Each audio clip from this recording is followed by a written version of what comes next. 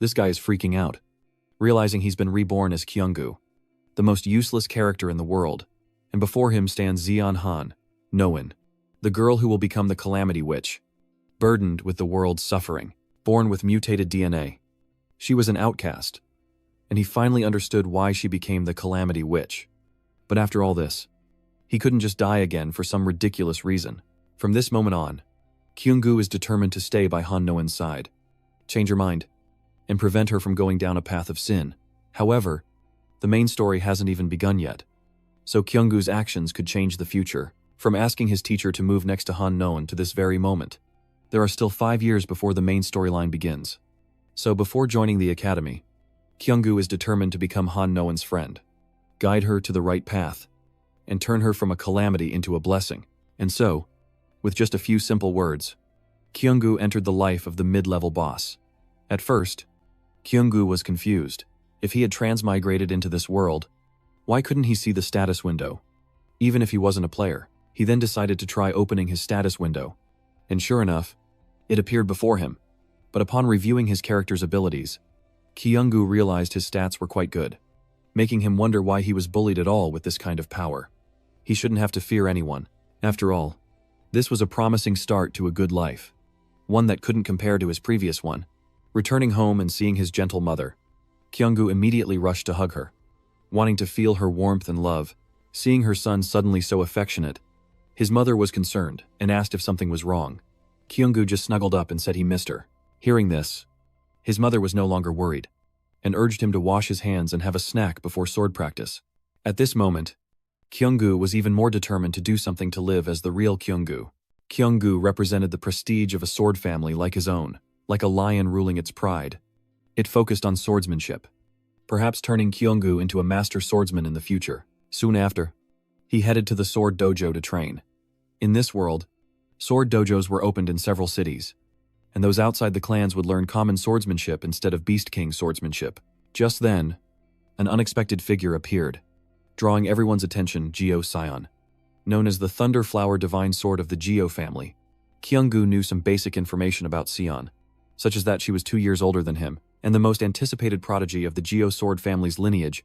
She would become a powerful swordswoman and a reliable ally to Geo Kyunggu. But for now, he didn't understand why she was at the sword school. Still, they'd meet later, so he didn't dwell on it, and immediately began practicing the beast sword techniques.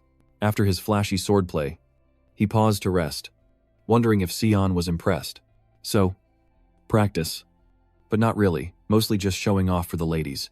Meanwhile, his flashy swordsmanship caught the attention of 3 kids, Gugi Undong, Gu Undong, and Gu Zongdong, the Gu triplets, minor characters known as the Three-Headed Cerberus, who bullied him because of his relative, Du Sion Gu. Indeed, upon seeing his enemies again, Kyunggu couldn't focus, not even bothering to answer them. However, they weren't the only reason waiting for him. What truly angered Kyunggu was how he could have allowed these 3 brats to bully him in his past life. Remembering everything that happened to the original Kyunggu, he surmises that the reason he didn't fight back against their insults and malice was because he was too weak and hated hurting others. But the current Kyunggu is not the Kyunggu of the past, and he realizes that his human body is not weak at all. And so, fearing no one, he immediately declared war on the 3 punks, demanding a real fight. Without another word, Kyunggu attacked, intimidating the remaining 2, his newfound strength a stark contrast to his former weakness. And they began to feel fear. But Kyunggu wasn't finished. He continued. Enough talk. Get up. This isn't enough to kill you. I've endured worse from you guys. The 3 are instantly terrified. Then threaten him. How dare you do this to us? Do you know who's behind us? Did they really think he'd let it go? Of course. Kyunggu knew who was pulling their strings, and their faces froze when they saw his reaction. Turns out, his cousin Songgu bribed those 3 by offering to sponsor their hunter training, in exchange for them bullying Kyunggu at the sword hall. But these 3 fools seem to have forgotten that Kyunggu is also a member of the Du family, so it would be easy for him to have their sponsorships revoked. The 3 of them must have been shocked that the usually weak Kyunggu was so strong, and just then, their teacher walked in, scolding them for fighting without permission. Kyunggu immediately explained that the Gu brothers had provoked him, so he was just defending himself, especially as a member of the prestigious Du family. Why would he be afraid of bullies? The teacher, seemingly unconvinced, asked if they had truly provoked Kyunggu, and the Gu brothers, intimidated, confessed their misdeeds. Of course, Kyunggu was pleased with this outcome, regretting he hadn't done it sooner, and vowing to give as good as he got, scaring anyone who dared to mess with him. The next day, Kyunggu arrived early and greeted Hanun before sitting at the desk next to hers. And to get closer to her, he tried to find topics to chat about, like joining the book club since Hanun loved reading. Soon, they found common interests and were happily chatting away. As they talked, Hanun was flustered, as it was the first time someone had actively tried to befriend her. She was also curious as to why someone from a prestigious family like Kyunggu would want to befriend a blind girl like herself. Hanun guessed that he was only curious about her being an esper, and would soon lose interest and abandon her like the others. Thinking this, Hanun became even more melancholy.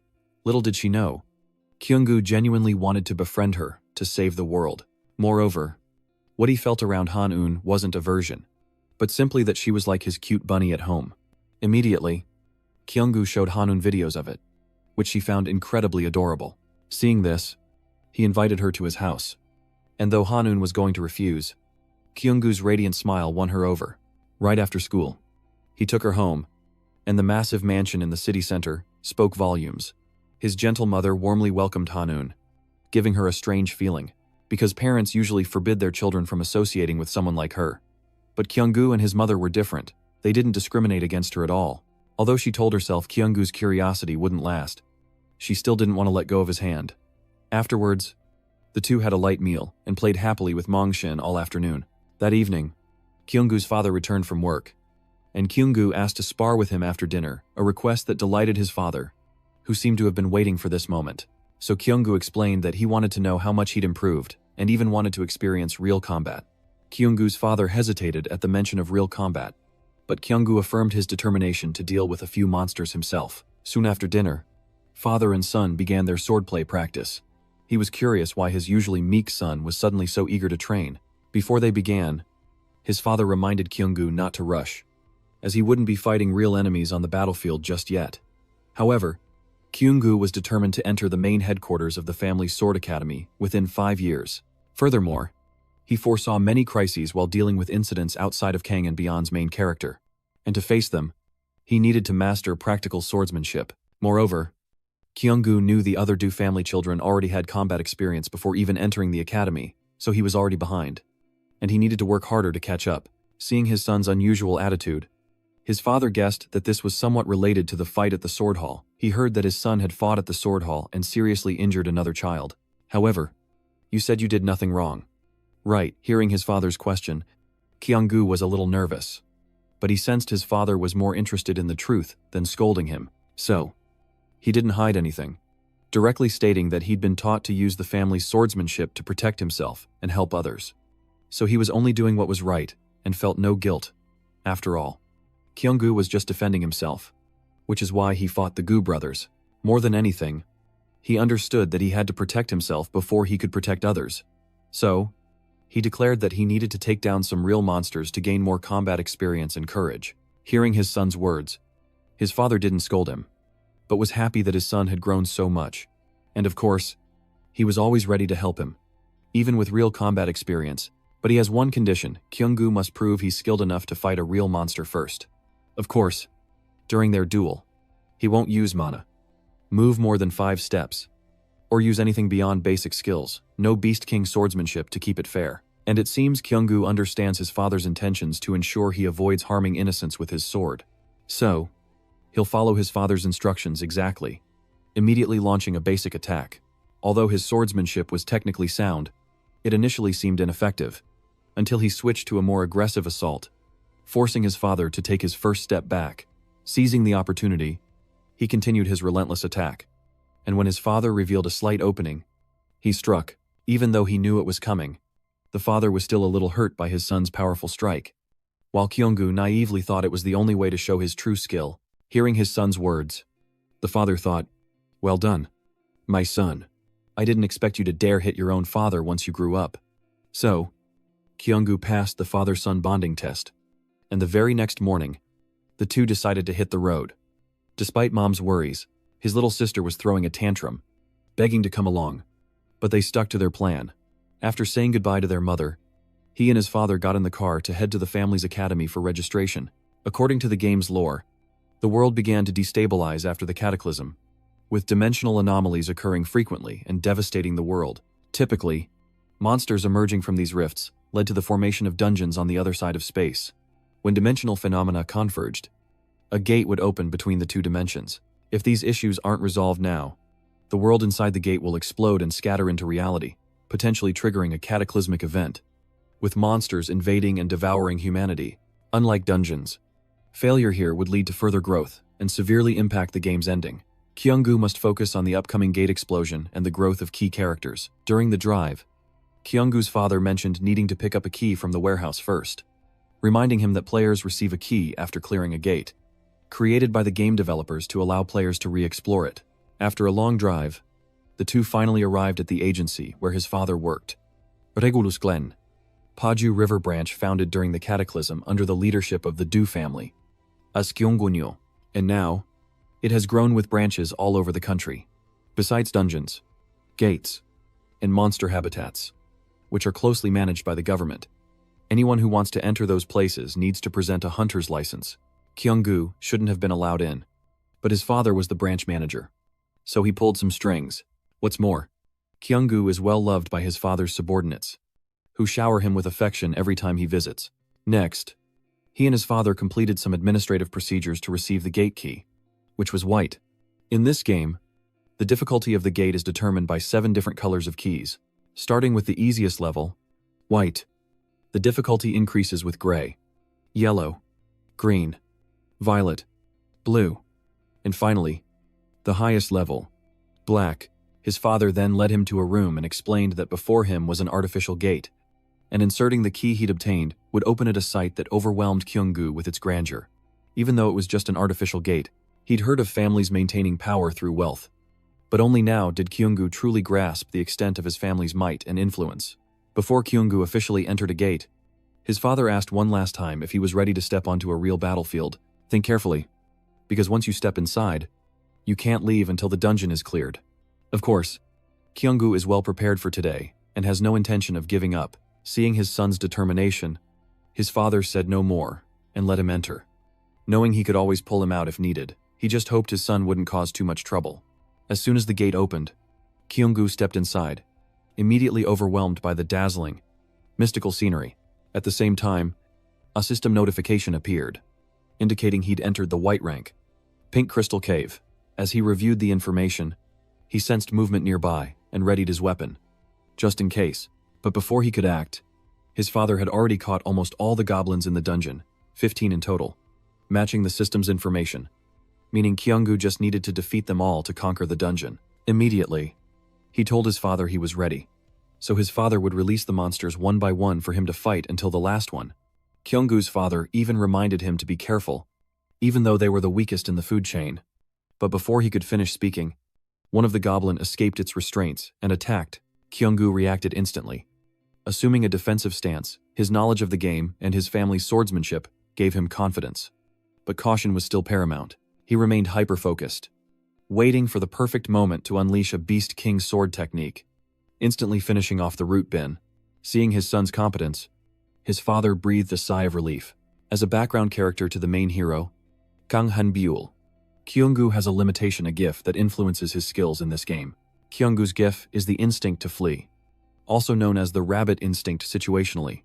It's a useless gift for him in combat, but when he senses danger and needs to evade, it should be a useful ability for a swordsman like Kyunggu. However, for some reason, the game system rejected this gift, and his timid, weak personality made him a perfect target for bullies. Because of this gift, the original Kyunggu was isolated and unwelcome in any group. Furthermore, the rabbit instinct gift made him resist the commands of real-life players, infuriating them to no end whenever they used the Kyunggu character. But everything changed after a bloody event truly awakened Kyunggu, and he became a completely different person. No longer as kind and weak as before, but our protagonist is Kyunggu, and he won't let that happen. He'll no longer rely on others for protection. From now on, he'll protect and save himself, fighting to the end for a better version of himself. In the original story, Kyunggu seizes control of the gift from the system after awakening, experiencing a dramatic surge in power. using his gift to evade attacks and seize opportunities to eliminate enemies. Back to the battle. He now faces 2 root bins at once, significantly increasing the game's difficulty. After all, he hasn't awakened yet, and in the setup, he's never seen any clues on how to do it. Kyunggu vaguely recalls the awakening, but figures it wouldn't hurt to try and force his own breakthrough. After a flurry of sword swings, he manages to take down a few. Bo tells him to rest, but he ignores the advice, wanting to push through to the end. With no other choice, Mr.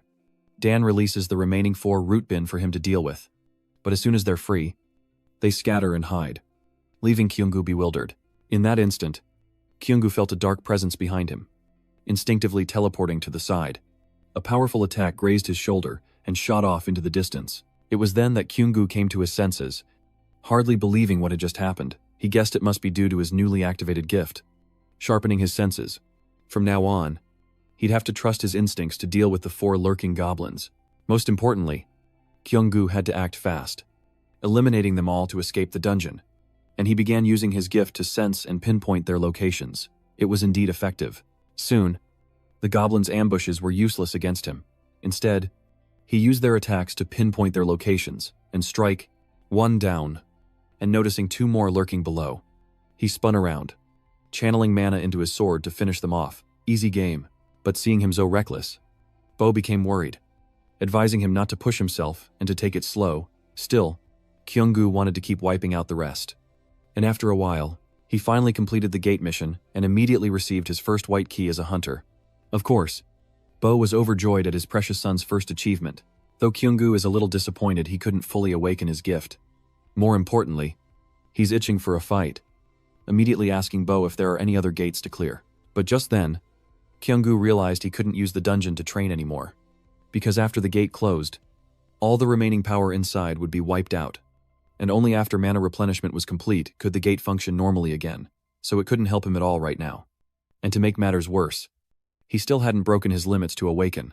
As he pondered, Bo approached and expressed his surprise at Kyunggu's battle today. He thought he'd stop at the 4 goblin soldiers, but he managed to take on 5 more alone. Honestly, that's commendable. He's definitely my son. Since there's nothing left to do, I told him to grab the key, open the gate, and head home. But Kyunggu didn't seem ready to go home, and he asked his father if he could try another gate, because he felt like he was on the verge of awakening, and it would be a shame to go home like this. Seeing his father waver, he pushed even harder. But in the end, his father couldn't agree. His wife would tear him apart if he came home late, and Kyunggu's father was deathly afraid of his wife. Still, he begged relentlessly, almost throwing a tantrum, and finally, a doting father like Kyunggu's couldn't resist and agreed. Being a swordsman himself, he understood his son's desire to conquer the challenge, but he would intervene if danger arose. Soon, the father and son arrived at Gate 3, which Kyunggu sensed was on a completely different level than the last, and his father warned him that not all white gates were the same, so he needed to be extra careful from now on. He even brought an assistant along, and dungeon assistants play a vital role for hunters, often providing healing or boosting strength when they're exhausted. So, his father bringing an assistant shows just how worried he is about him entering Gate 3. Sure enough, Kyunggu was attacked as soon as he stepped inside. Luckily, he sensed the danger and dodged in time. Otherwise, he'd be respawning again. At the same time, the status window popped up, announcing that dozens of monsters of varying strengths had appeared nearby. Kyunggu counted about 15 goblins, but these weren't the usual goblins from the previous gate. These were much stronger. Kyunggu thought, well, I'm screwed. One wrong move, and I'm done for. At this critical moment, his cowardly instincts suddenly kick in, and his gift begins to control his body, forcing him to run for his life, while his father and assistant observe his actions from above. The assistant, seeing the situation as quite difficult for an elementary student like Kyunggu, asks his father if he really intends to let him fend for himself. Of course, everything the father does has a reason, as he's noticed that his son has changed a great deal in a short time. In the past, Kyunggu was a very timid child, easily frightened by the smallest things. But recently, he's become much braver, almost a completely different person, reacting to surprises with indifference instead of fear. As a father, Kyunggu's dad is happy to see his son growing stronger, a welcome change, as he worried his gentle son wouldn't adapt to the Sword Clan's harsh environment, and he also noticed that because of that kind heart, He was always hesitant and afraid of hurting others, even putting himself in danger rather than harming someone else.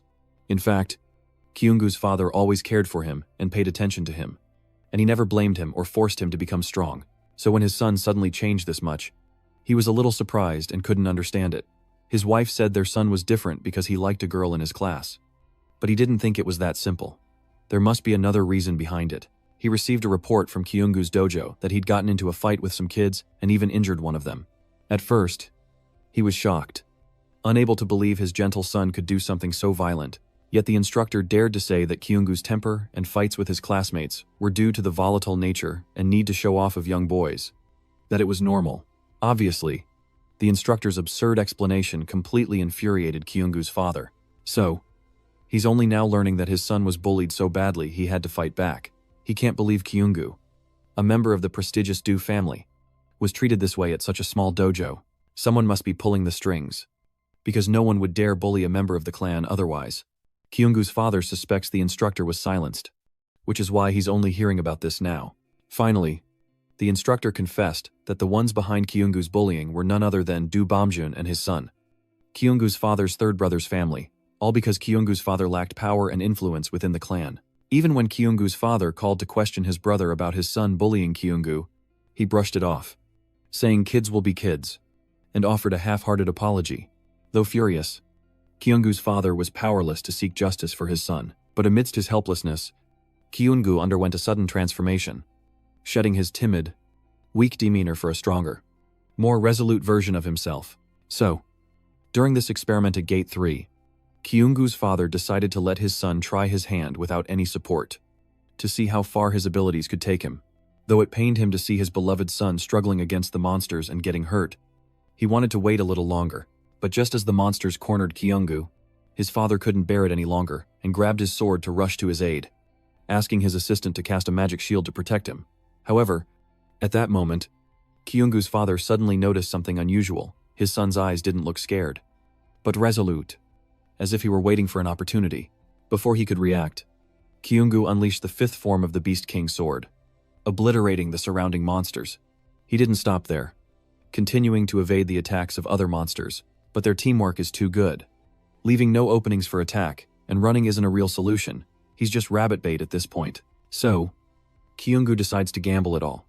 Hoping his ancestors are watching over him, he turns, takes a stance, and prepares to counter with the first form of the Beast King sword technique. But the most troublesome thing right now is that GIF keeps controlling his body, not allowing him to do as he pleases, especially since a mysterious voice keeps urging Kyungu to run away and find a place to hide, to save his life, and to stop fighting the monsters. Despite his struggle against the voice's manipulation and his attempts to regain control, he failed somehow and fled unconsciously, a feeling Kyungu must have experienced before awakening, as if his body were split in two, reason and instinct. Even so, while fleeing, Kyungu manages to control his cowardly instincts just enough to deal with monsters that ambush him. But dozens more are still hunting him down. Just as Kyungu catches his breath, a goblin shoots an arrow through his arm, and he's cornered. He's terrified, with nowhere to run and bloodthirsty monsters closing in. Kyungu was so desperate, he thought he was a goner. But main characters don't die that easily. Just in the nick of time, the author granted Kyungu the skill to recall his past life. He's left to ponder his fate, what he's striving for each day, and why he was reborn as Kyungu. In his mind, who is the real Kyungu? Is it the scared, weeping, pathetic child before him? And just like that, Kyungu received a mental power boost from the author. No longer afraid, but now disgusted with his weaker self. He didn't want to be that pathetic. So, Kyungu completely refused to run. He had to overcome his fear and fight for his life, no matter what. In short, Kyungu was determined to go all in, fighting these monsters to the bitter end. Without hesitation, he charged forward, hacking them down like weeds, instantly taking out several nearby monsters before targeting the magic users in the distance, fighting with the boundless energy of someone who just had a blood transfusion and chugged a crate of energy drinks. Meanwhile, his father and assistant watched his counterattack in utter disbelief, unable to fathom how Kyungu had gone from terrified to ferociously combative in mere moments. The assistant couldn't help but ask, "Sir, what just happened?" Kyungu's father, still in shock, replied, "Oh, that's my precious son. I didn't ask you about that. I mean, How could he fight so miraculously? It's like my shield isn't even needed to defeat the monsters. Could all the family members do this? Even Kyungu's father couldn't be sure. Only noticing that he could predict the direction of all attacks and move nimbly to avoid them with ease.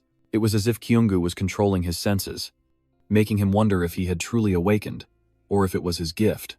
Because to reach awakening, Kyungu would have to break his limits while identifying change. He unleashed a devastating move in Beast King swordsmanship, a special technique, Lightning Blade, to obliterate the monsters. The two adults watched in awe, marveling at the coolness of a mere 1-2-year-old. Kyungu's father was not only astonished but also immensely proud of him. After all, mastering the family's special technique, the Lightning Blade, isn't something a child can easily do so perfectly, even for a genius. Such a sudden burst of power is considered impossible. So, it's nearly impossible. Yet Kyungu pulled it off.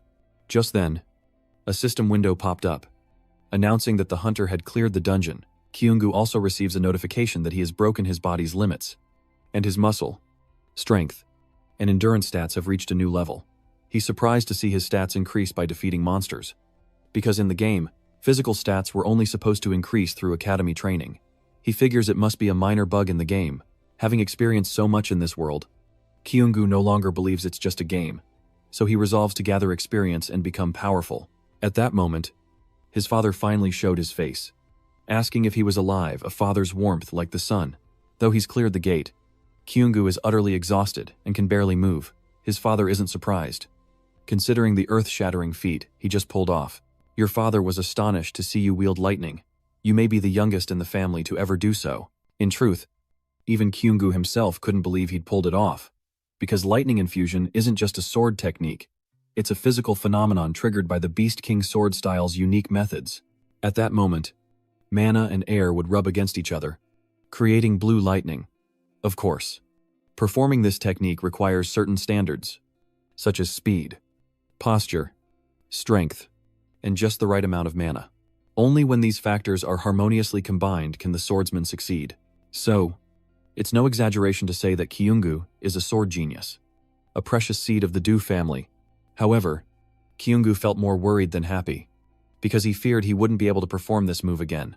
Hearing this, his father explained that because he had experienced blue lightning once, his body would remember it, and if he continued to practice diligently, he could do it again. Then, Assistant Hongshan returned to the father and son after collecting a lot of magic stones, but Kyungu's luck didn't end there. He then discovered something even more valuable than magic stones, a spirit stone. Though it was only low grade, he was satisfied. His father then told him to channel mana into the spirit stone to check its resonance, which Kyungu immediately did, successfully connecting with it, meaning his father couldn't steal it. All good things must come to an end. And despite wanting to continue exploring the gates, Kyungu is forced to attend school like any other elementary student. It turns out that after returning home, he fell ill from overexertion, and he still hasn't fully recovered. Because of this, his mother gave his father a good scolding, seeing how exhausted Kyungu was, and Hanoan was worried he was sick. Kyungu reassured him not to worry, explaining that he was just sick from fighting monsters the previous week, which only made Hanoan more concerned, unable to believe a kid like him would do something so dangerous. But for Kyungu and his clan, fighting monsters at a young age was commonplace. Kyungu might have even been a late bloomer. Kyungu felt a pang of sympathy, guessing it was due to her past bullying. And though he wasn't thrilled with the pink bandage, he thanked her for her sincerity. I told you, I'm really okay now. All my wounds have healed. If you want to help, you can remind me to take my medicine after lunch. Immediately, she eagerly asked if there was anything else she could do for him, as she would do anything he wanted today. Not wanting to be outdone, Kyungu said he wanted to hold Hanoan's hand. Hanoan was clearly taken aback by the strange request and reacted strongly, prompting Kyungu to apologize, fearing he'd gone too far. But even more shocking, Hanoan takes Kyungu's hand and places it on her own. Just a little touch. Okay. And so, for the first time in his young life, our boy touches a girl's soft hands, a feeling more intoxicating than any drug. Just look at the stars in his eyes. He's only allowed a little touch. And Hanoan is beyond embarrassed, especially seeing Kyungu's delighted expression. Kyungu then asked her if she wanted to become a hunter with him in the future, catching Hanoan completely off guard. However, Kyungu assured Hanoan that she was talented, because firstly, even though she was a demi-human, her physique was far superior to her peers, and secondly, He often sensed a large amount of mana that she unconsciously emitted, which meant that she had a great aptitude for using magic. Though Hanoan didn't fully understand, becoming a hunter seemed like a good path, especially since she'd have to leave the orphanage at 19. And as a demi-human, adoption was unlikely, leaving her to fend for herself. Becoming a hunter could provide her with a better life and a good income. But Hanoan was still afraid, as it wasn't a job for just anyone, and she didn't know if she could really fight monsters. Kyunggu reassured her, promising to always be there for her, and then asked if she would join him as a hunter, saying he believed in her and she should believe in herself too. Kyunggu's encouragement is a bit sudden, leaving Hanoan flustered, but even though it sounds far-fetched, it makes her feel like she can take on the world. Finally, Hanoan agrees to Kyunggu's invitation, and he immediately takes her hand, inviting her to attend middle school, high school, and the academy together, and even wants to take her to the sword school to cultivate her strength. Hearing about the sword school, Hanoan was confused, as she didn't have the money to attend. But Kyunggu told her not to worry about tuition, as her own family ran the school, so she could attend for free, and to let him, the great Kyunggu, handle anything else. Still, Hanoan couldn't understand why he was being so kind, especially since they had only just met and she hadn't done anything for him.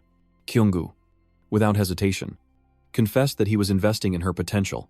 That way, when she grows up and achieves success, he, as her sponsor, will get a piece of the pie. Hanoan is pleased by his honesty. Kyunggu explained that she would be training at the dojo, but not in swordsmanship rather, to strengthen her body, suggesting she also learn magic, sensing her aptitude, and promising to find her a teacher. And so, the two began training together, learning basic swordsmanship or strengthening their bodies at the dojo after school. While on days off, Kyunggu and Hanoan would train at home, nourished by Mama's delicious meals. Although Kyunggu felt things were going well, a little more motivation would help, and they'd need a magic tutor when she started learning. Actually, he already had a talented mage in mind. If only he knew where to find her Hongjena, the color witch. In this game, she's a guide, mainly teaching elemental magic at the academy, and probably still is.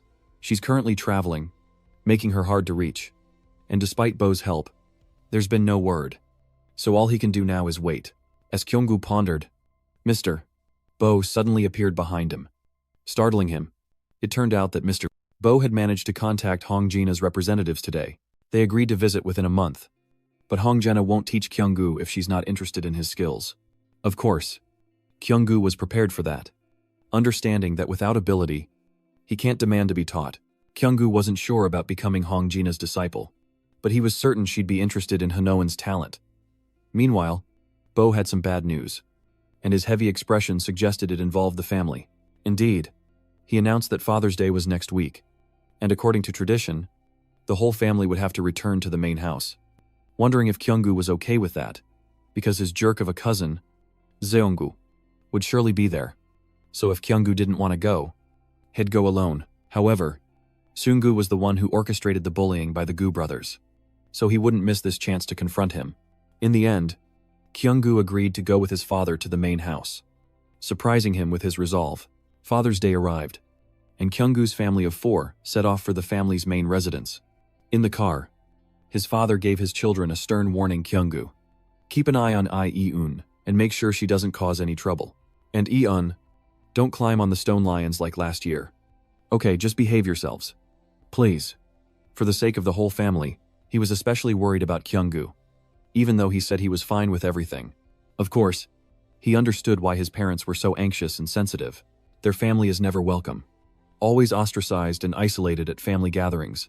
This time will likely be no different, but they must return to the main house nonetheless. The day before, Kyunggu was still training with Handwen, realizing that while he'd learned to control his instincts, it wasn't enough for the long road ahead. So he needed another skill suited to the current situation. The skill he chose was courage, allowing the user to resist the power and pressure of others. In combat, an enemy's aura and energy can often overwhelm. When faced with such pressure, a player's fighting spirit can waver and lead to defeat. But courage is the only way to resist, increasing focus and the will to survive when life is threatened. For these reasons, courage is perfect for a timid person like Kyunggu to learn. But the problem is he doesn't know where to acquire this skill, and its conditions are complex.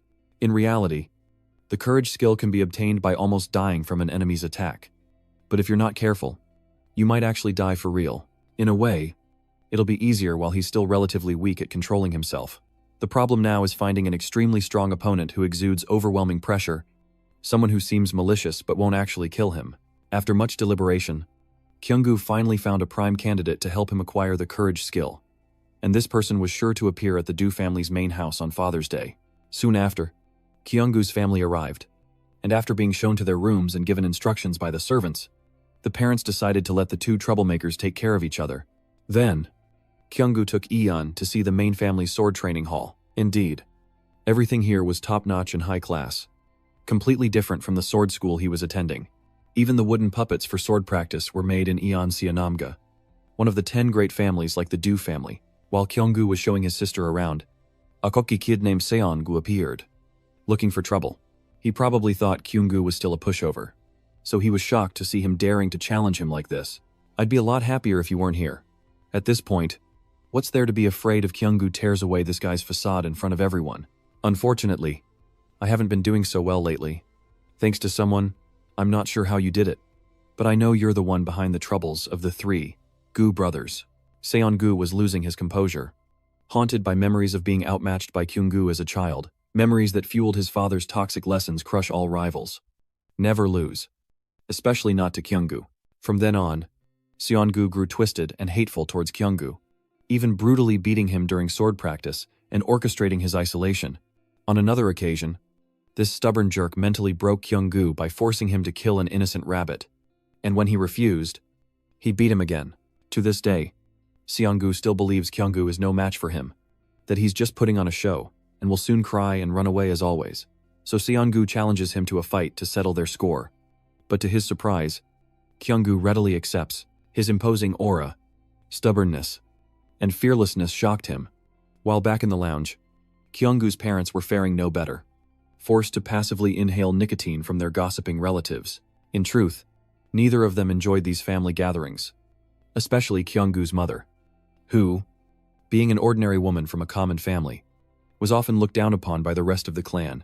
Still, Kyunggu's mother could endure anything, as long as her family wasn't hurt, which deeply moved Bo. And to make his wife more comfortable, Bo used his mana to create an air barrier, so she wouldn't have to breathe in the cigarette smoke. Just then, Kyunggu's father's deadbeat brother, Jo Boomjun, suddenly appeared and broke the couple's peace. Sangjun, it's been a while since Kyunggu's incident. Hasn't it? Like father, like son, he's already being sarcastic and itching for a fight. He deliberately brought up Kyunggu's bullying in front of his mother, feigning concern, but this hypocrite only rejoices in others' misfortune. After listening to his nonsense, Kyunggu's father couldn't hold back any longer and brushed his foul hand aside, making it clear that he wouldn't tolerate this. Apologized, tell Seongu to talk to Kyunggu directly. This is kid stuff. It's ridiculous for an adult like you to interfere. Kyunggu's father's words clearly angered him.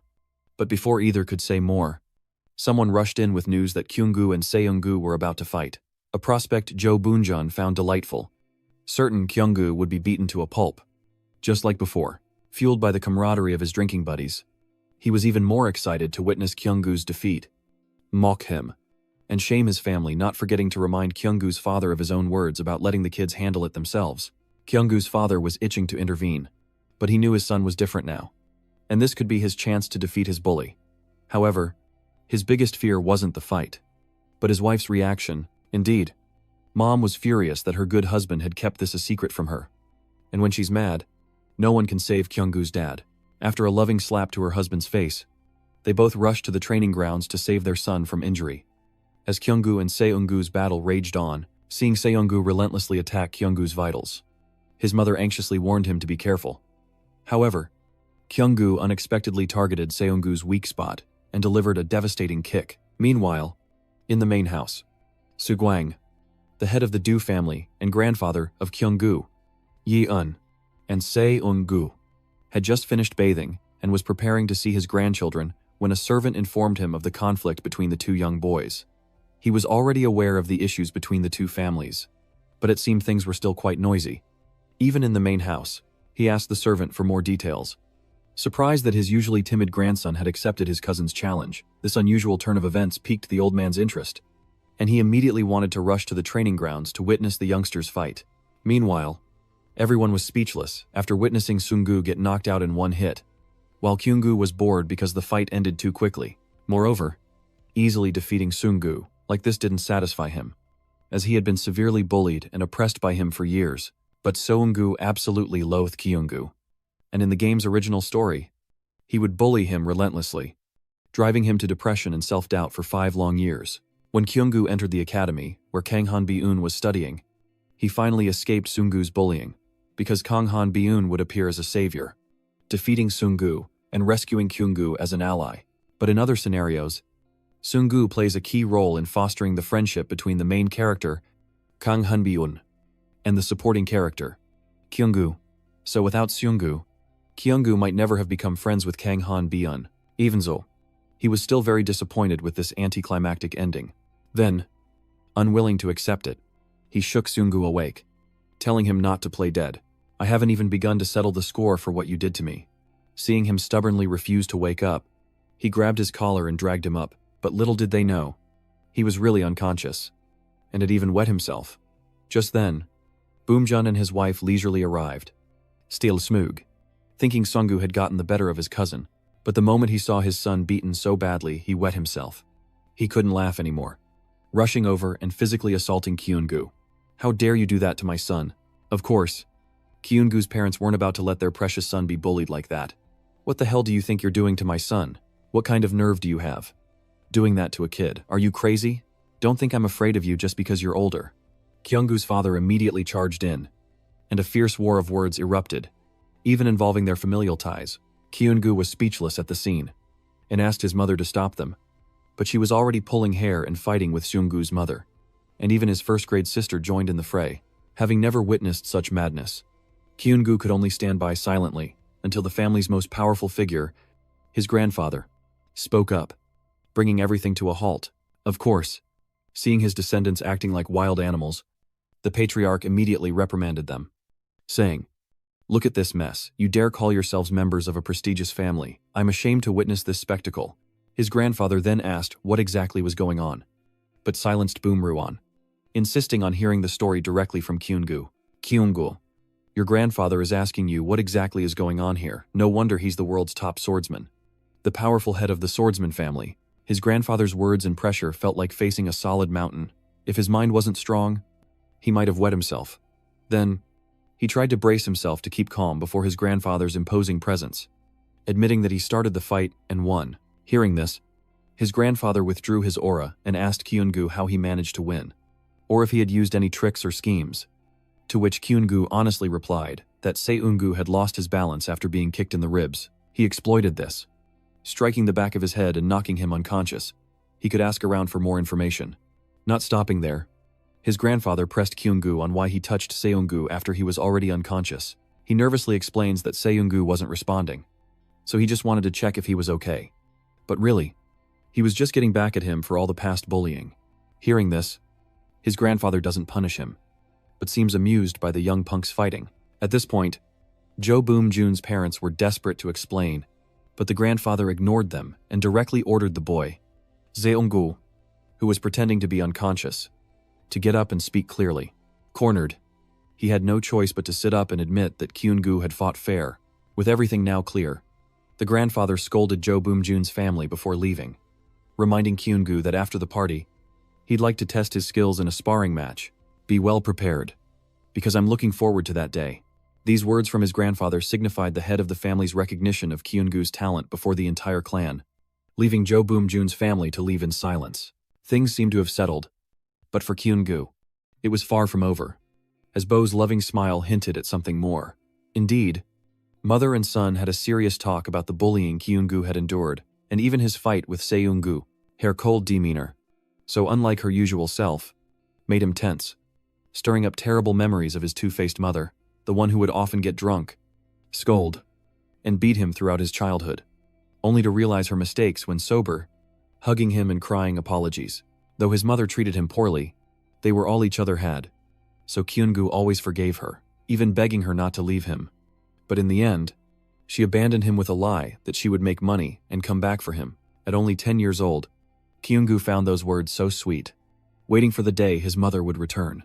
But reality is cruel, and even knowing this, He refused to accept it, pretending to believe her. After that, Kyung-gu lived a life of indulgence, devoid of light, future, or hope, sometimes thinking about the mother who abandoned him. Even now, those memories haunt and linger in Kyung-gu's mind, especially when faced with his current mother's questions. He was terrified, wondering if he should beg for forgiveness, let her hit him like his previous mother did to vent her anger, or apologize for being born. But Kyung-gu was overthinking it, because his current mother didn't blame him at all. Instead, she embraced him warmly and sincerely apologized for not noticing the bullying and for letting him suffer such unpleasant things recently.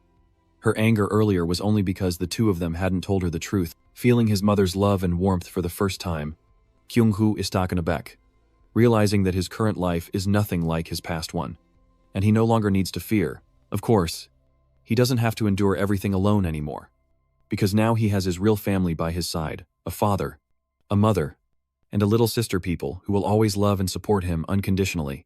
Finally, understanding his mother's feelings, Kyung hugged her and apologized for hiding the bullying. But when the little sister, Yeon, started crying and jumped into their mother's arms, and then the father wanted a hug, things got weird. The mother and daughters were frozen in disbelief, while the father, hurt by their reaction, insisted on a hug, crying, "Geaea, don't you love me anymore?" Meanwhile, Kyung-gu received a text and photo from Hanon, who seemed to be having just as much fun. It's safe to say that Kyung-gu was grateful to God for giving him a second chance at life, thanks to the precious things he had now. However, as the family enjoyed their time together, a servant suddenly knocked, informing them that the party was about to begin and they should quickly prepare to go to the hall. Elsewhere, Kyung-gu's cousin's family received a similar notice from their servant. Arriving at the grand hall for the evening's banquet, Kyung-gu was astonished by the opulence and luxury befitting a prestigious swordsman family with over 200 years of heritage. He quickly estimated that with 7 direct family members and 5 branches of relatives, there were about 48 members of the clan present. Just then, Jo Bunjin's family arrived at the party, perhaps because the three of them often flaunt their arrogance. Many people seized Eungu's humiliating defeat to mock them. The wagging tongues of the world are relentless. Had Kyung-gu lost today's spar, his family would have suffered the same fate. Soon after, the grandfather appeared and silenced the gossiping crowd, declaring that everyone was present.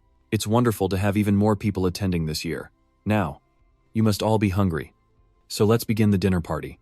Next, everyone was served exquisite dishes and enjoyed them together. There's a reason the So family outranks other noble houses.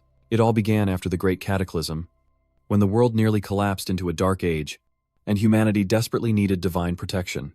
So, the noble families, seeking to consolidate their power, created certain abilities and a unified ideology of subservience to achieve their goals. And so, hunters were born to save humanity from extinction. But they were few in number and difficult to train. Thus, some began investing in elite human resources to protect humanity's safety. As a result, the 10 great families, including the Sword family, leveraged this to gain widespread influence in many fields. Intermarriage between these families was seen as an effective way to cooperate and maintain superior genetics. That's why Kyung-gu has so many grandmothers. His father was the son of the 4th grandmother, who passed away long ago, and he was the 5th of his grandfather's 7 children. Kyung-gu already finds it annoying just hearing about it, let alone managing a large family and overseeing all the family affairs. So he really admires his grandfather in these respects.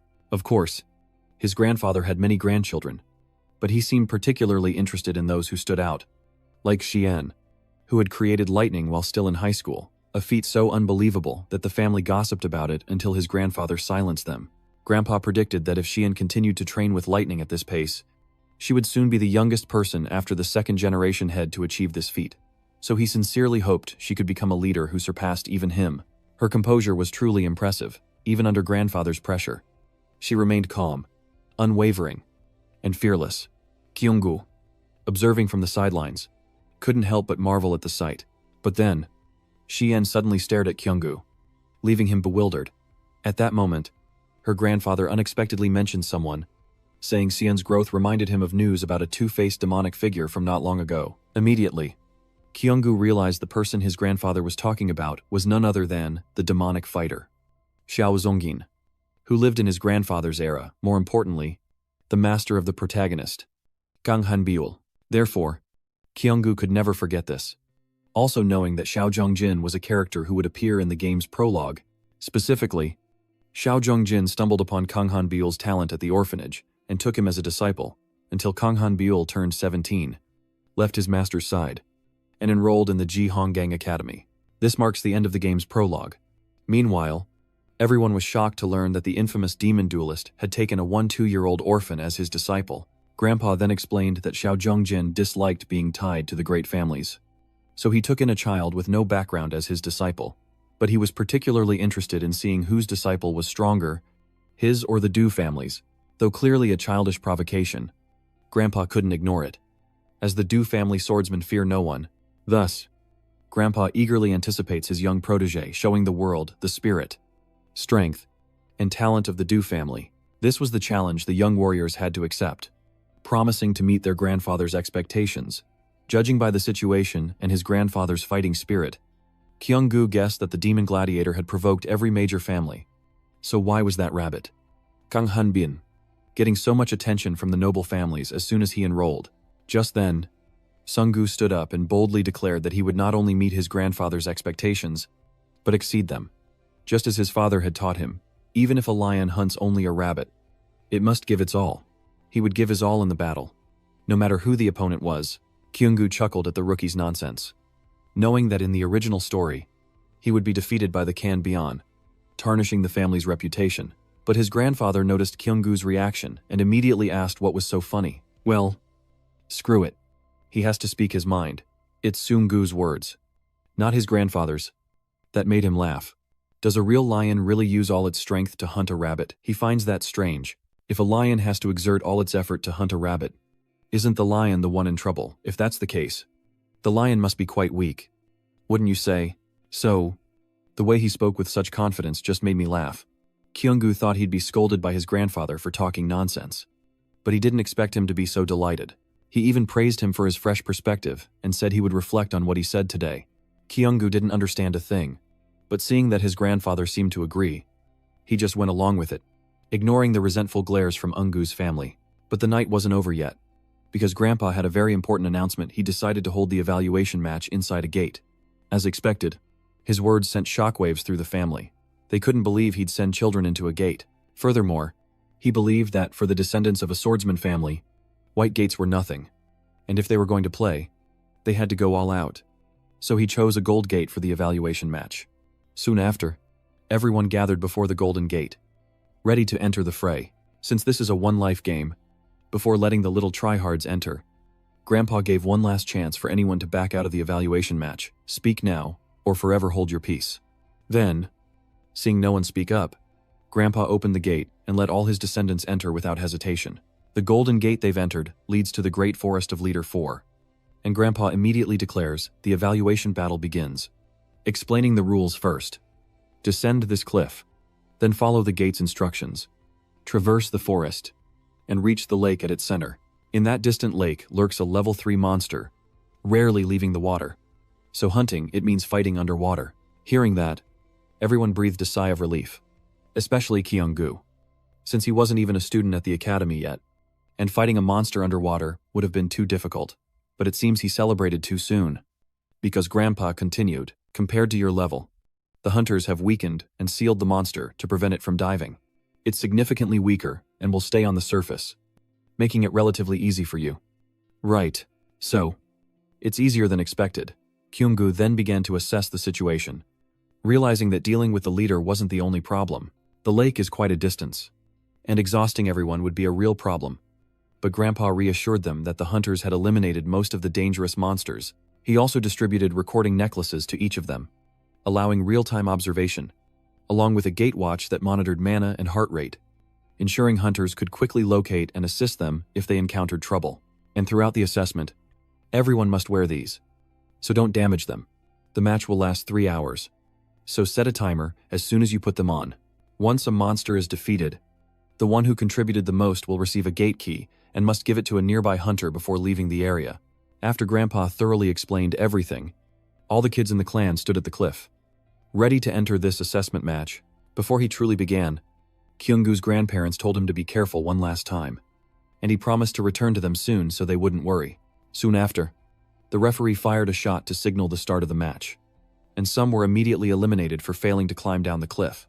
Of course, it wasn't easy for Kyunggu, but he reassured himself not to be afraid, trusting his instincts to guide him, and using mana to absorb the shock of the fall. With limited time, Kyunggu decided to rush through the forest to the lake, but his danger avoidance instinct was suddenly triggered.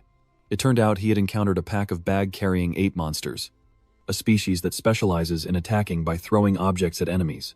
Kyunggu braced himself. Though they were many, they didn't seem too dangerous. He realized once they ran out of projectiles, they were just aggressive apes, and with his talent, defeating them would be no problem. But once they're out of projectiles, the apes will flee, making pursuit difficult. So Kyunggu hesitated, unsure how to retaliate. Just then, he seemed to have an idea, and immediately used his sword to deflect the stones back at the pouch apes. Sure enough, this tactic worked wonders, and he pressed on, striking them down until they fell like flies, leaving none standing. After more than half an hour, Kyunggu managed to wipe out the entire band of bag monkeys, but his stamina and mana were now quite low, making him a little worried about the long road ahead. Fortunately, Kyunggu stumbles upon a life fruit in the hands of an ape, making things easier. Meanwhile, the parents are monitoring their children's progress on the screen. Everyone feared for the children's safety because the evaluation was so difficult, except Du Bum-jun, who was still bragging about his son to the grandfather. Just then, Xian's screen showed her unleashing a 4 lightning strike combo of the Beast King's sword art attack fist, stunning everyone, including the grandfather. However, the grandfather was concerned about how much stamina and mana the kids had used so far, and how much they would have left to hunt the boss. Suddenly, a loud noise caught his attention. Kyunggu's screen showed him smashing the kangaroo-like creatures like baseballs, leaving the grandfather bewildered, wondering what the heck the kid was doing. The parents were speechless, wondering what he was thinking, while Du Bum-jun was clearly delighted. Unbelievable, it seems Kyunggu is having fun. Please admire our Ungu's skills, master. However, his nonsense fell on deaf ears, because with his keen, worldly eyes, the grandfather immediately recognized that Kyunggu was dodging all the monster's attacks, while also counterattacking. Effectively, it seemed he had been trained quite well. Despite the old man's words, he stubbornly nitpicked at the boy, as if everything was harmless. What exactly did Sangjun teach him? The boss was itching to retort, clamping his mouth shut, wondering if his son's eyes were just for show, or if his brain was the problem. As the young master, how could he not know what Kyunggu had eaten? Of course, the grandfather knew he was eating stamina fruit and energy fruit, and praised Kyunggu's father for raising his son so well. He even sensed that Kyunggu seemed very knowledgeable about the bag monkeys, acting just like a professional hunter, capable of adapting to difficult circumstances. In truth, Kyunggu's father never taught him any of this, but he can't exactly argue with his grandfather, so he bears it. Meanwhile, Kyunggu continues to eat the fruit he took from the kangaroos, even though they don't taste very good. Luckily, he's near the lake and has recovered his strength with the fruit. He's also gathered a bunch more to keep in reserve, but it'll be hard to carry it all, and someone might take it if he leaves it behind. So, he decided to leave them in a carabun's fur pouch and continue on his way to the lake. Having wasted too much time gathering fruit, Kyunggu had to speed up using mana, but to his surprise, the carabuns were still chasing after him. So, he's forced to stop and quickly deal with them. But the environment has changed, meaning the monsters that appear will also change. Sure enough, he encountered 4 carabuns Hesukana, a powerful monster, guarding the only shortcut to the lake. Kyunggu realized that fighting here would be a disadvantage in this humid environment. The monster's speed has increased, and while the mucus in their mouths isn't highly poisonous, it can still cause paralysis. First, he needs to find an antidote, which he heard is usually located near their habitat, just in case. After wandering around for a bit, Kyunggu finally found the antidote and immediately ate it. Just then, a piercing scream suddenly rang out. Startling, Kyunggu, someone seemed to be facing monsters over there. Not only that, it's a red Karo, a dangerous level 2 monster. And Kyunggu notices the person is paralyzed and can't move, and now a whole bunch of gloomy Karos are coming. This guy's only hope is a miracle. Desperate gamble. Kyunggu decides to risk it all to save the young man, leaping from a high place and unleashing the 7th form of the Beast King sword-style lion's latent lightning strike, obliterating the monsters. Fortunately, that last strike drove them all away. Kyunggu turned to check on the young man, only to discover that the person he'd risked his life to save was none other than Eun-gu. Talk about being caught between a rock and a hard place. Kyung-gu froze the moment he saw his face. Now, he regretted saving this wretch.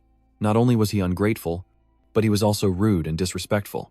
Even if you hadn't come, I could have handled it myself. You stole my prey. He even had the audacity to demand compensation for his losses. I can't even begin to understand what this dog is barking about, but everything in this world has its consequences.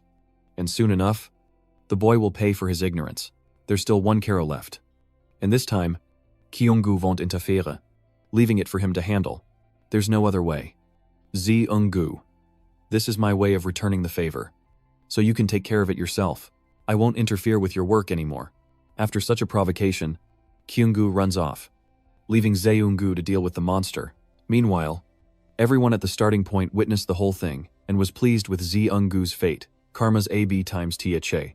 But Bumjun is just like his son, complaining after stealing, unable to stand seeing others succeed, and then running away.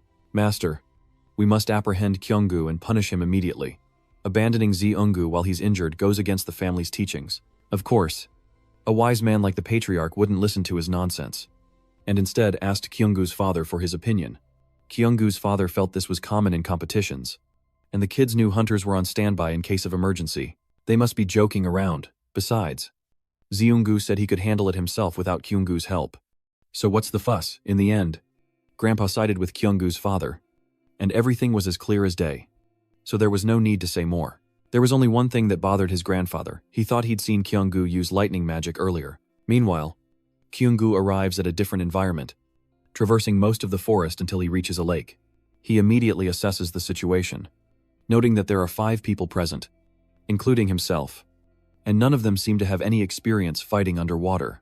But what surprised him most was the sight of Se-ung fighting the monster. Its condition wasn't good. He guessed the previous hunters had drained its energy, and with this level of power, Se-ung could probably take it down. However, this monster isn't alone.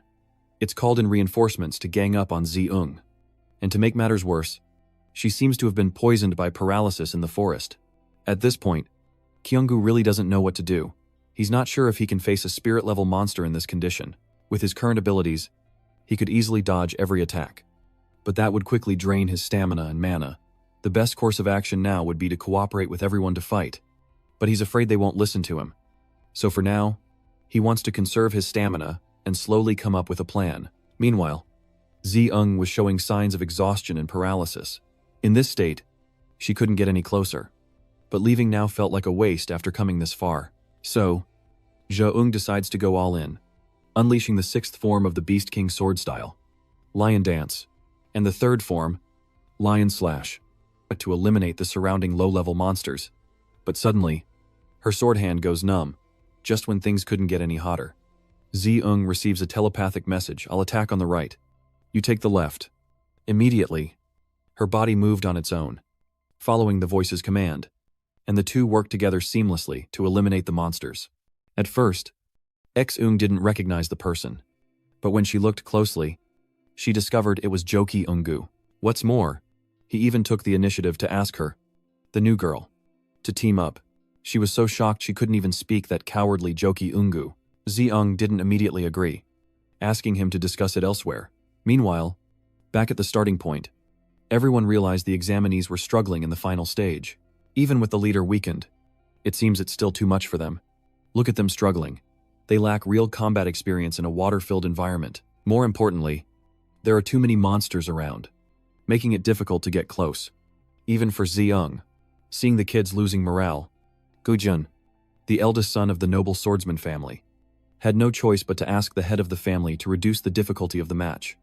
And even the parents around agreed with this idea. Initially, Grandpa felt this level was too much for them, considering their age, the oldest being 17. They'd done well enough, but thinking of Yu Gui, Xiao Zhongjing, and Kang Han, Bai Yun of Han's genius disciple, Grandpa was unwilling to accept defeat at the hands of that missile digger student. However, in the end, Grandpa agreed to lower the difficulty of the evaluation for the safety of the kids, though he still hoped Ki Won-gu and the others would find a way to defeat the monster. Meanwhile, Ki Won-gu's offer of cooperation was met with scornful rejection by the others, but Se-eon surprisingly agreed. stating he couldn't face the monsters alone, and Ki-Won-gu had what they needed, luckily. Had fed Lostko a life fruit, making things easier to negotiate. Ki-Won-gu then presented a pile of healing items, leaving the others wide-eyed, and made his intentions clear. He wasn't asking for free help. If you cooperate, I'll give you these. Don't you all want to be strengthened? Besides, if he wasn't the leader, who would be? Everyone but Ki-Won-gu was nearly exhausted. They were too young to take on that monster.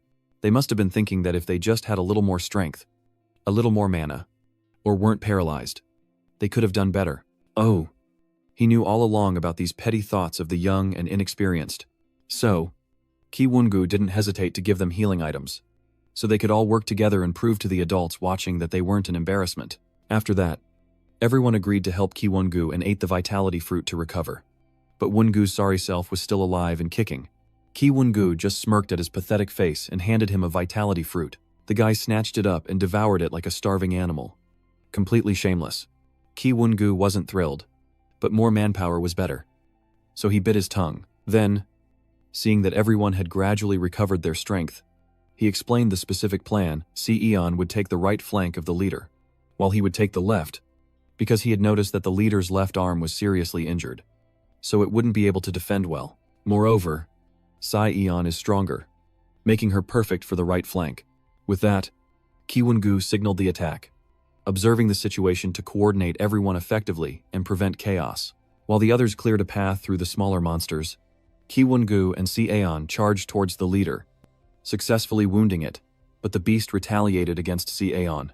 Fortunately, she reacted in time to dodge, then used the recoil to leap into the air and unleash the third form of the Beast King swordsmanship, Lion's Might, attacking the monster head-on.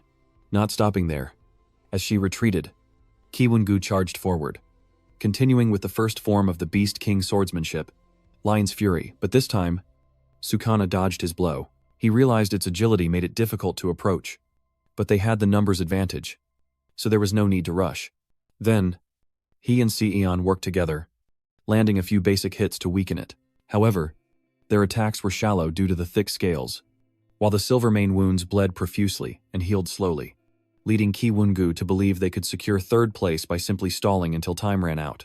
Beautiful as the rain may be, Ki-Won-gu almost met his maker due to a moment of carelessness, thankfully. His ancestors' gym habits saved him.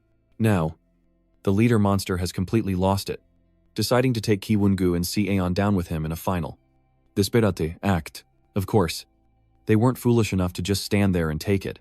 Meanwhile, back at the starting point, everyone was closely watching every little detail of the match, assessing the situation.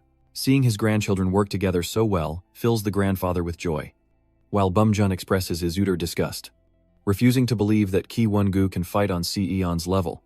But he's quickly slapped in the face by reality, because not only Eon, but also Ki-Won-gu, have activated Azure Lightning and Death Contemplation, shocking the entire family. It was then the grandfather realized that more than one of the youngsters was capable of this. Perhaps Ki-Won-gu had been hiding his skills too well.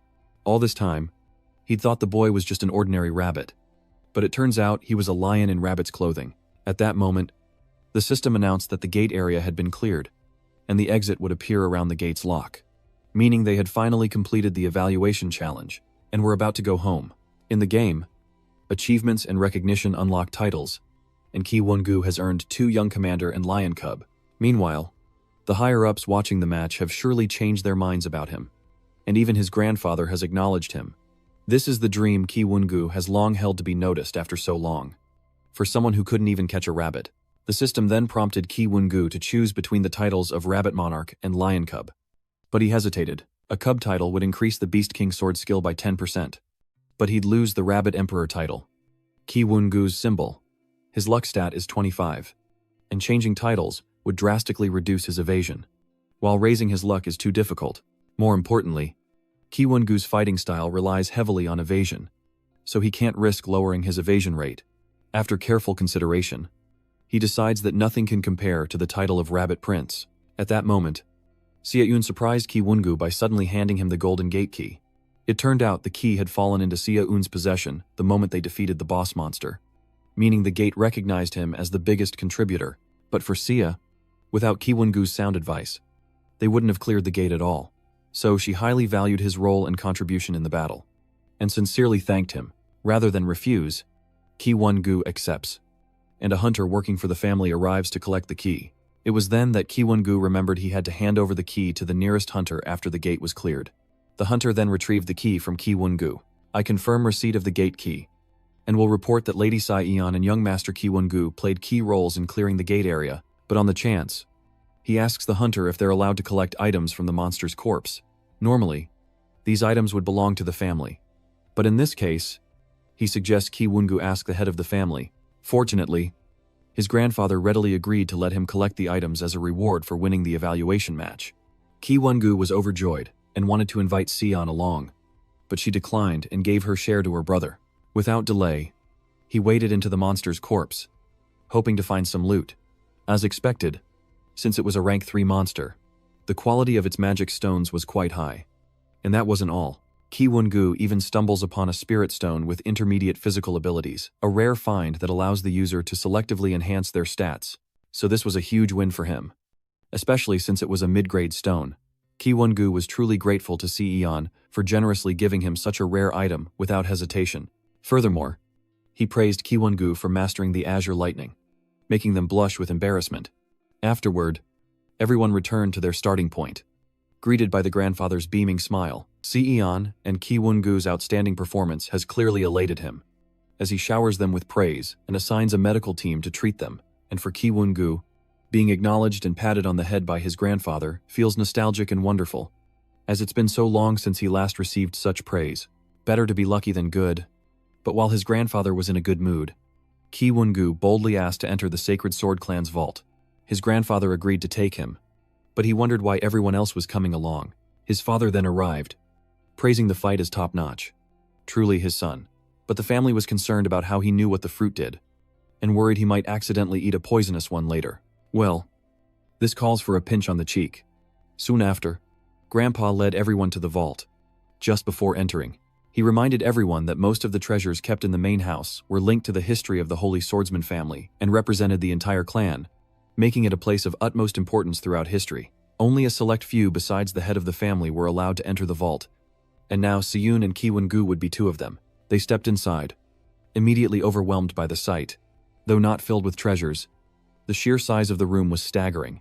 Furthermore, his grandfather generously allowed Siyun and Ki-won-gu to take any treasure they desired, reminding them to choose items suitable for their current level. After examining the valuable artifacts, Ki-won-gu still hadn't found anything he truly wanted. Just then, Siyun discovered another room and invited him to take a look. There, they found the Beast King's sword, symbol of the Sword Saint family's patriarch, surrounded by countless other renowned blades. Among them, Ki-won-gu stumbled upon the Water Spirit Sword, the perfect weapon for Siyun in the game. He'd heard rumors that you'd recognize the weapon best suited for you, so he wondered if he'd feel a connection to this sword. As expected, the moment he picked up the sword and feigned interest, Siyun's face fell, looking as if she regretted losing something. Although this sword was top tier, he couldn't possibly steal his sister's weapon. Actually, I think this sword suits you better. Hearing this, Siyun happily took the sword from Ki-won-gu, saying that she really liked it.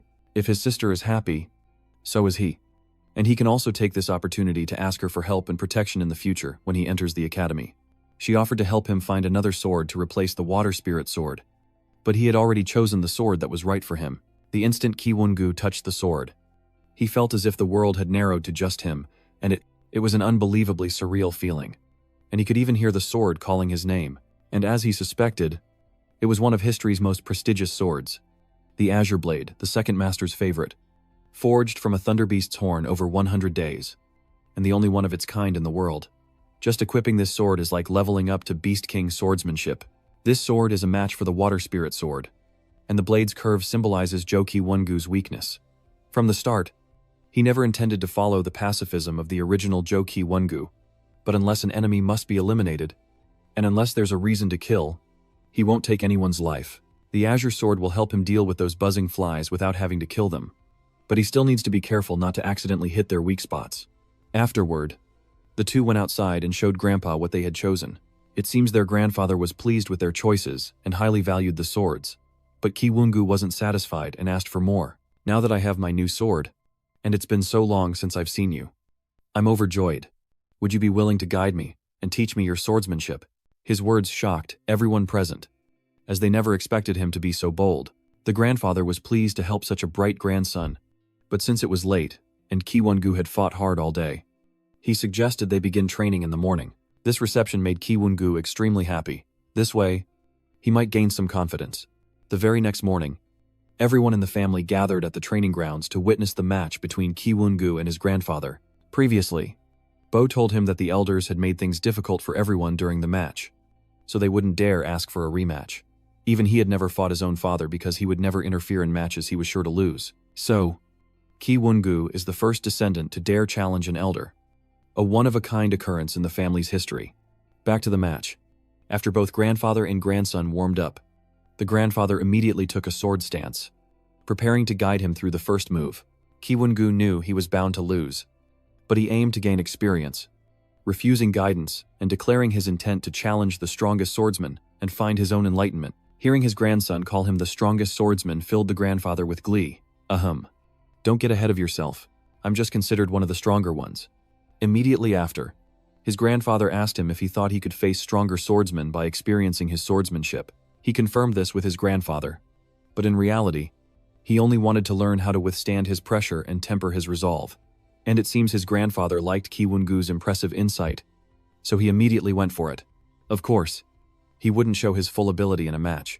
Even so, he could still feel his grandfather's terrifying power, so much so that the system kept flashing red, warning him that he was facing severe pressure and all stats had dropped by 80%. The sparring match begins, but his grandson is careless, prompting a stern reminder in a real fight. You'd be dead.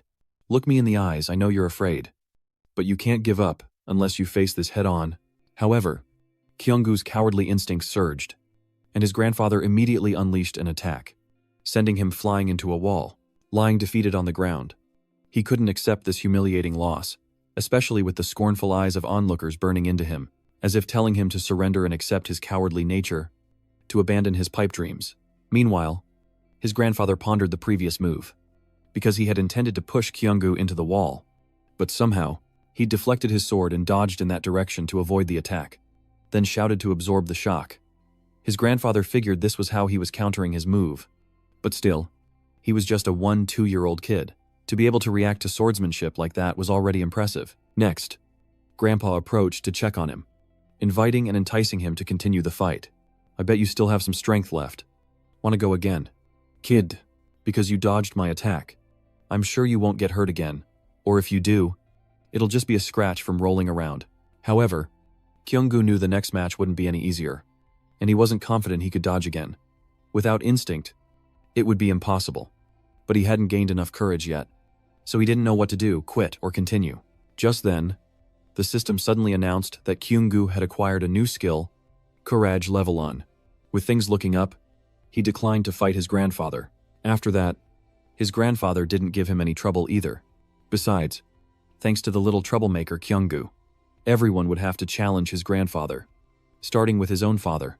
But Kyung-gu noticed that his father had been acting strangely ever since his grandfather said something during the match. When he asked, his father just said it was grown-up stuff he didn't need to worry about.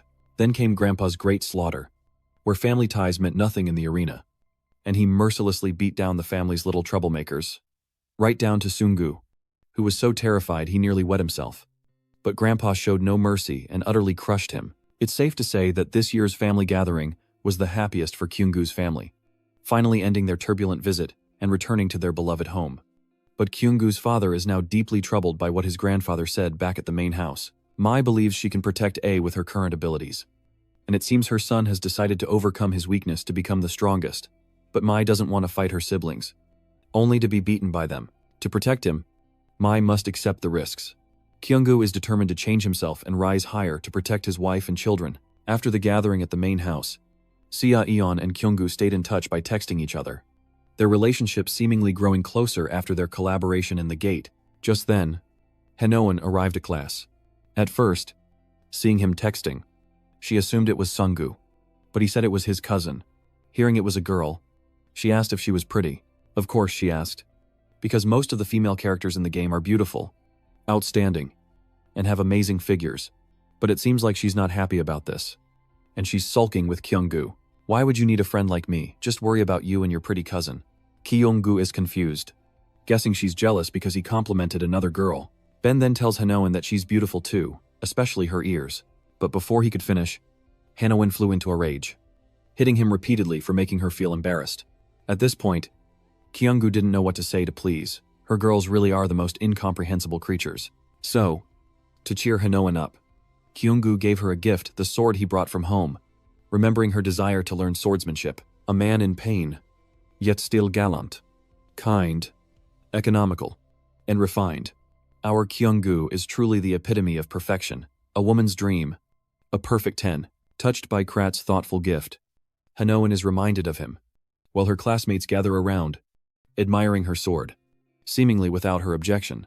On the contrary, she started talking to her classmates, which makes Kyung-gu very happy. Then, during class, he finds a letter slipped under his desk. Seeing the letter, Hanoan froze. The heart sticker, a dead giveaway. But before she could react, Kyung-gu tore it up, declaring someone would be waiting for him after school. There's something I need to tell you. Lately, Kyung-gu has changed. He's not shy anymore, but cool and confident. And since he comes from a prestigious sword family, all the girls in class are head over heels for him. Seeing the looming danger, and Kyung-gu suddenly gaining popularity, Hanoan felt uneasy, especially after he read another girl's love letter. But who knew? The usually smart Kyung-gu suddenly became clueless, mistaking the obvious love letter for a challenge. Hearing this, Hanoan was traumatized, unable to believe he could even think of that. Soon after, school ended, and despite Kyung-gu mistaking the love letter for a challenge, Hanoan was still worried that once he became popular, he wouldn't hang out with her anymore. However, he's still oblivious to her unease, and even wants to borrow the sword from earlier to have a little chat with the letter's sender. Hanoan is now extremely anxious. If Kyung-gu rejects the girl's confession, it'll be fine. But if he accepts, she might not be able to stay by his side. The thought drained her face, leaving her without the strength to go home. But then, deep in her calculations, considered another possibility. What if the letter really was a challenge? And if they brought back up for a gang fight, wouldn't her beloved Krat be in danger? After much deliberation, she decides to return to school to rescue Kyung-gu. Meanwhile, Kyung-gu waited for the letter's author to appear and challenge him. But after a long while, he used his new skill, Warning Net, to scan the area. Sure enough, he spotted 3 figures hiding behind the ventilation shaft, likely the ones who wrote the letter, and Hanoan lurking behind a door. But he'd deal with her later. He had more pressing business with the lurkers. Kyung-gu demands they show themselves, or he'll cut the water tank. Hearing this, they panic and rush out, begging him not to. It was then that Kyung-gu recognized them, the Guji Undong, Yu Zongdong, and Undong brothers. At first, he had no idea why they wanted to meet. Kyung-gu thought Seung-gu sent them to cause trouble, or they were here for revenge. But instead, they suddenly knelt and begged for his help. Kyung-gu was completely bewildered, not understanding what the hell was going on. So, these 3 wanted him to sponsor them because Seung-gu had abandoned them. It all started when they bullied him. Seung-gu contacted them less and less, until yesterday, when he suddenly announced he would no longer sponsor them, even preventing them from attending the Swordsmanship Academy. Kyung-gu now understands the situation, but according to what he knows, this isn't in the game at all. There's no scenario where the trio is mistreated and begs him. Anyway, this reaction is a bit much, so he guesses that Seung-gu might be taking out his anger on them for being utterly defeated at the main house. And here he thought the kid had learned something after getting his butt kicked. A leopard can't change its spots, can it? Meanwhile, the 3 stooges were kneeling, bowing, and begging Kyung-gu for forgiveness, hoping he'd charitably sponsor their hunter dreams.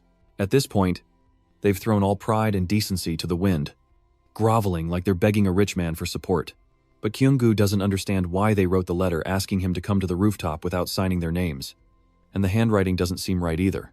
Turns out, they were afraid Kyung-gu would ignore them if they signed their names, and the handwriting was thanks to the prettiest writer in class, since theirs was too awful to read. But they insisted that even without names, they'd left clues. Apparently, the gold, silver, and bronze heart stickers on the envelope were proof enough of their sincerity, and they hoped he would accept it. Witnessing this display of brotherly affection from the 3 stooges left Kyung-gu and Hanoan speechless, unsure of what to say or do, because he really didn't want to stray from the original story and cause some unsolvable butterfly effect. Plus, He'd had a falling out with them before and didn't want to interfere. But leaving things as they were, with the three of them crying their eyes out, didn't sit right with him either. Finally, after much begging and pleading, Kyung-gu decided to help them, on the condition that they follow his every command. Of course, Kyung-gu asked Eche to join, but she refused. Well, the more allies, the better. So he reluctantly accepted the trio and would ask Mr. Bo at home to arrange some slots for them at the academy. At the same time, he warned them that if this was Sung-gu's plot to spy on him, he wouldn't hold back against traitors. After a long series of promises and heart gestures, the trio finally left. At this point, Kyung-gu asked Hanoan to come out from behind the door, curious as to why she hadn't gone home and was here instead. Caught eavesdropping, she awkwardly explained that she was just preparing for the worst-case scenario, in case he encountered an enemy and she needed to help. Kyung-gu could see right through Hanoan's clumsy lies, but he was still grateful for her concern. Afterwards, they headed home together, bringing an end to a long day at school. That evening, Mr. Bo told Kyung-gu that the person he needed, Hong Zena, would arrive tomorrow, under the clear blue sky, with sunlight gently bathing the familiar house. Hanoan cheerfully greeted Kyung-gu's mother. The polite greeting charmed Kyung-gu's mother, who chuckled at her cuteness and kindly asked if Hanoan was uncomfortable coming so early on the weekend. Kyung-gu, equally delighted, greeted Hanoan with a bright smile, while Hanoan, a bit shy, thanked them for inviting her over. Hanoan happily runs ahead, eager to pet the pure white bunny, its long ears gently swaying, zaying hair excitement. Kyung-gu thinks Hanoan won't be able to take her eyes off that cute butt today. Seeing Hanoan engrossed with the bunny, Kyung-gu suggests she should be more curious about who they're about to meet. Hanoan turns, eyes wide with surprise. Kyung-gu quietly reveals that their upcoming teacher is none other than the renowned mage, Hong Zena. Piquing Hanoan's curiosity, as she wonders if she's a celebrity, Kyung-gu explains that Hong Zena is an extraordinary mage, known as the Five-Colored Witch, whose elemental magic is quite special. Captivating Hanoan's attention, Kyung-gu elaborates on converting mana into natural elements, imbuing them with attributes to create magic, explaining that basic magic consists of 7 elements: light, darkness, water, fire, wind, earth, and lightning. Among them, light and darkness are special elements, while the other 5 are more common. As Kyung-gu speaks, 2 people react with opposing emotions. One person despaired, lamenting the wasted time spent learning to deal with other elements, while the other was elated, confidently stating that with talent, one could even learn other compatible attributes. However, one can usually only master a single compatible element in their lifetime. Then, Kyung-gu mentions the witch, Hongjena, who has mastered all 7 magical elements. According to him, Hongjena appears with a shining aura, but she has not yet resolved the conflict between light and darkness. Hence, she is called the Five-Colored Witch. Kyung-gu happily emphasizes that Hongjena is the only one who can master all 5 common elements. Hearing this, Hanoan couldn't hide her surprise and asked if that was really possible, admitting that Hongjena must be an incredibly amazing person. But then, Hanoan hesitated, her rabbit ears drooping, wondering if someone like Hongjena would accept her. Kyung-gu smiled, reassuring her that Hongjena would surely recognize her talent. Suddenly, a voice echoed through the room, and Hongjena appeared in a gust of wind, asking gently, "Why have you summoned me, child?" With arms crossed, she advises Kyung-gu with a hint of disdain, emphasizing that a new swordmaster should focus on swordsmanship, not dabble in magic, as it reeks of greed. Her beautiful eyes widen as she sternly declares that swordsmanship alone makes magic pale in comparison. Looking at the 2 nervous children before her, she asks Kyung-gu if he thinks it's a childish joke to want his friend to study with her, to which Hanoan politely bows and responds. Kyung-gu felt awkward, realizing Hong Jin-ah had reason to criticize the untalented, but he resented being judged during his break. Hong Jin-ah stated frankly that she came at the Sword God Society's request, but if the 2 children didn't measure up, she'd leave immediately. Kyung-gu secretly hopes that even though she's being sarcastic, Hong Jin-ah will change her tune if she recognizes Zeon Hanoan's talent, and excitedly asks her to confirm it now. Hong Jin-ah laughs, agreeing that it will be done, thinking to herself that she'd heard Hanoan was shy, but didn't realize she wanted to learn magic to compensate for her lack of swordsmanship. She reaches for the black hat, confidently explaining the basic qualities she assesses in Kyung-gu and Hanoan, including the amount of mana in their bodies, mana resistance, application skills, and control all essential for mana manipulation. She proudly puts on the witch's hat, claiming everything will be done using her artifact. The beast magic hat. Kyunggu and Hanoan quickly realize she's showing off her abilities. Even if the name is a bit lacking, she sniffs the hat, reaches inside, and as the two children watch with curiosity, she explains that using this artifact is simple. Once a hand is placed inside the activated hat, it will analyze the magic energy from the hand and create a creature suited to that person's magical power. She gently stirs her hand, and the inside of the hat glows with an eerie light. Even if the kids don't know how to control mana, the hat will automatically draw it from their bodies. She conjures a glowing orb, explaining that as they place their hands inside, the light will coalesce and create a creature best suited to their magical power. Hong Xiana held out her hand, letting the orb of light float upward, leaving a trail of shimmering light, and whispered, "Watch closely." The powerful orb soared upwards, exploding like brilliant fireworks as the children watched the light in awe and wonder. As she raised her hand, an eagle made of light gently perched upon it. She explained that this creature represented her magical power, and the amount of mana in her body could be inferred from the size of the manifested being. Hong Xiana released the mystical creature, explaining to the excited children that the higher the embodiment ratio, the better they could grasp mana concentration, application skills, and efficiency. Finally, she split the hat and encouraged them to give it a try.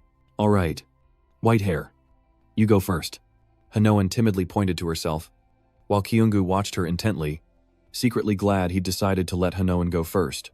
Seeing Hanoan shyly put her hands into the hat, Kyunggu thought to himself that even though he couldn't see it clearly, it seemed like she had quite a bit of mana in her body.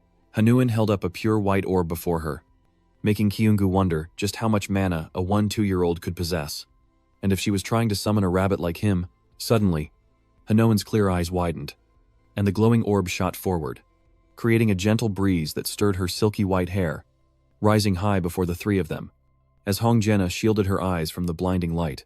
As a colossal being materialized, casting a vast shadow over them, someone exclaimed in disbelief. Kyunggu's mind raced with questions, his face paling as the giant creature roared, unleashing a powerful shockwave. He couldn't help but think about his expectations for Hanoan's magical power. He thought a larger creature should have appeared, but now it was a proboscis. Instinctively, he quickly hid Hanoan behind him and begged Hong Xiana to get rid of it. Hong Xiana reluctantly admits she can't, as mana creatures summoned by artifacts can only be dispelled by their summoner. The creature rampages, throwing things around, and Hong Xiana assures everyone that they have no other choice. She explains that if Hanoan can't control the mana, they'll have to wait for it to dissipate, or Hanoan will have to disrupt the creature's consciousness or knock it unconscious until the mana fades. An idea sparked in Kyunggu's mind, consciousness dispersal, and he softly called out to Hanoan, who, terrified, instinctively responded with a yes. Kyunggu quickly reached out, and in an instant, Hanoan was safely in his arms. Her face flushed with surprise, Kyunggu took the lead, telling her to close her eyes and focus on the rhythm of his heart, urging her to count each beat. Though a bit shy, Hanoan complied, focusing on the strong, steady beat. While on the other side, the elephant grew more frenzied, its illusionary feet poised to crush them both. Hanoan focused even harder, listening intently to Kyunggu's heartbeat despite her worry. As the radiant elephant charged towards her, its light dazzling but dangerous, and she cried out in despair. Just in time, Kyunggu appears, shielding Hanoan with his small frame, driving away the elephant's gaze. That was close. Kyunggu sighs, relieved. Holding her tight, he anxiously asked if she was all right, when Hong Xiana suddenly appeared, praising Hanoan's potential to become a great witch and offering to pass on her magic. Hong Xiana places her hand on the girl's shoulder, sincerely inviting her to become her disciple. And at dinner, Kyunggu's father happily asks if Hanoan's magic test revealed her magic to be an elephant. Kyunggu excitedly agreed, and Yeyun chimed in that it was a black elephant. Kyunggu hadn't missed a single detail of Hanoan's master's words, that the elephant's size represented her enormous mana, and the black color meant it was a dark element. Kyunggu's father, ever astute, realized this was a power difficult to master, one that even the five-colored witch sought to claim. Kyunggu wondered if Hanoan's future was bright, and as he hoped, the answer was yes. Suddenly, the boy stopped, tugged at his father, and with a slightly flushed face, slyly asked if their family could sponsor her. His father suppressed a laugh, sarcastically pointing out that this was his true intention, before seriously assessing the situation. That is, if Hanoan becomes a disciple, she can receive foundational support from him. But the question remains how much the five-colored witch will support her. Indeed, Kyungu knows that she is now in a different position. Once the artisan accepts a disciple, they'll fully support her, and the Kyungu family only needs to help with her studies. Kyungu answered, but his heart was heavy with thoughts, knowing he worried Hongjena wouldn't want to be involved with his family. But deep down, he was happy she'd found the right environment. By ensuring she has the resources and opportunities to prevent her from becoming a dark witch, he wonders if she'll be okay now. But Kyungu is a good guy, and he tells himself he still has to work hard to make Han Yul a mid-level boss. As he ate, his father asked if he was planning to learn magic, and Kyungu casually replied that he would, as it would support his swordsmanship. No sooner had he spoken than his mother and sister's eyes sparkled, eager to know what his creature was like, and he recalls the moment Hongjena curiously asked what creature would emerge from him. The child of the Divine Sword Clan.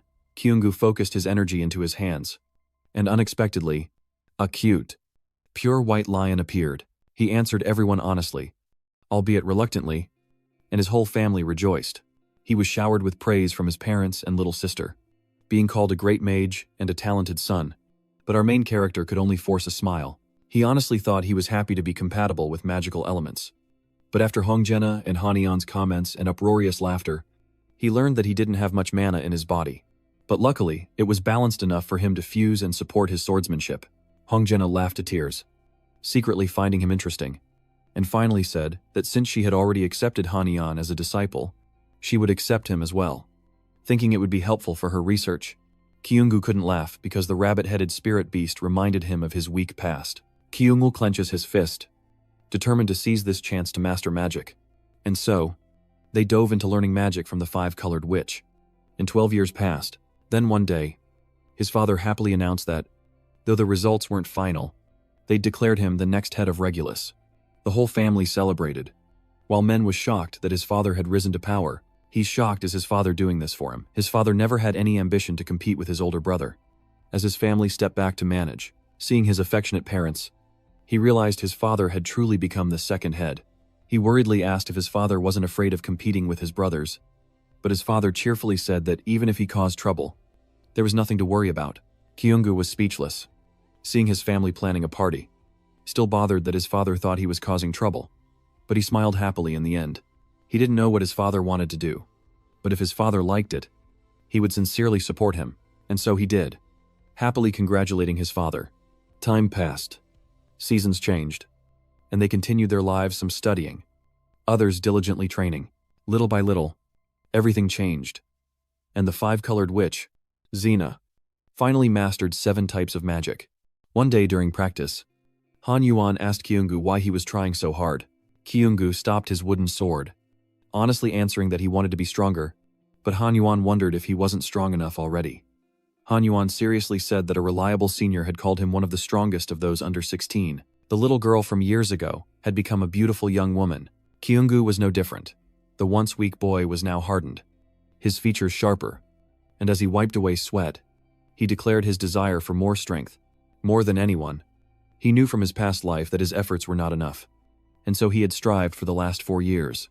Because according to his memories, the game's story will begin in 1 year, and with his current strength, Kyungu can handle the events in the city, but he knows that dying again would be the end, which is why he must become stronger. Stronger still, he's not satisfied with his current state. Han Yun is perplexed, wondering how strong he intends to become, and Kyungu jokingly says he wants the power to stop the world's destruction. Han Yun is annoyed, thinking he's joking, but Kyungu is serious. He wipes his brow, thinking about the strongest people he knows. He wants to become stronger than his grandfather, and Han Yun wonders if he's talking about the head of the Sword Clan, known as the Beast King. With both admiration and ambition, Kyungu declares he wants to surpass his grandfather. Han Yun admits his goal is admirable, aiming to be stronger than beings beyond this world. He knew it was difficult, but he was determined to speak, saying goals should be set high, and there's no rule saying it's impossible. Han Yun, whether before or after, even as she grows, their support for each other will always be there. And she blushed as she said she would always support him so he could become stronger than the Beast King. Kyungu gazed at her, a long, thoughtful look, before finally smiling and asking her to promise to always be by his side, no matter what.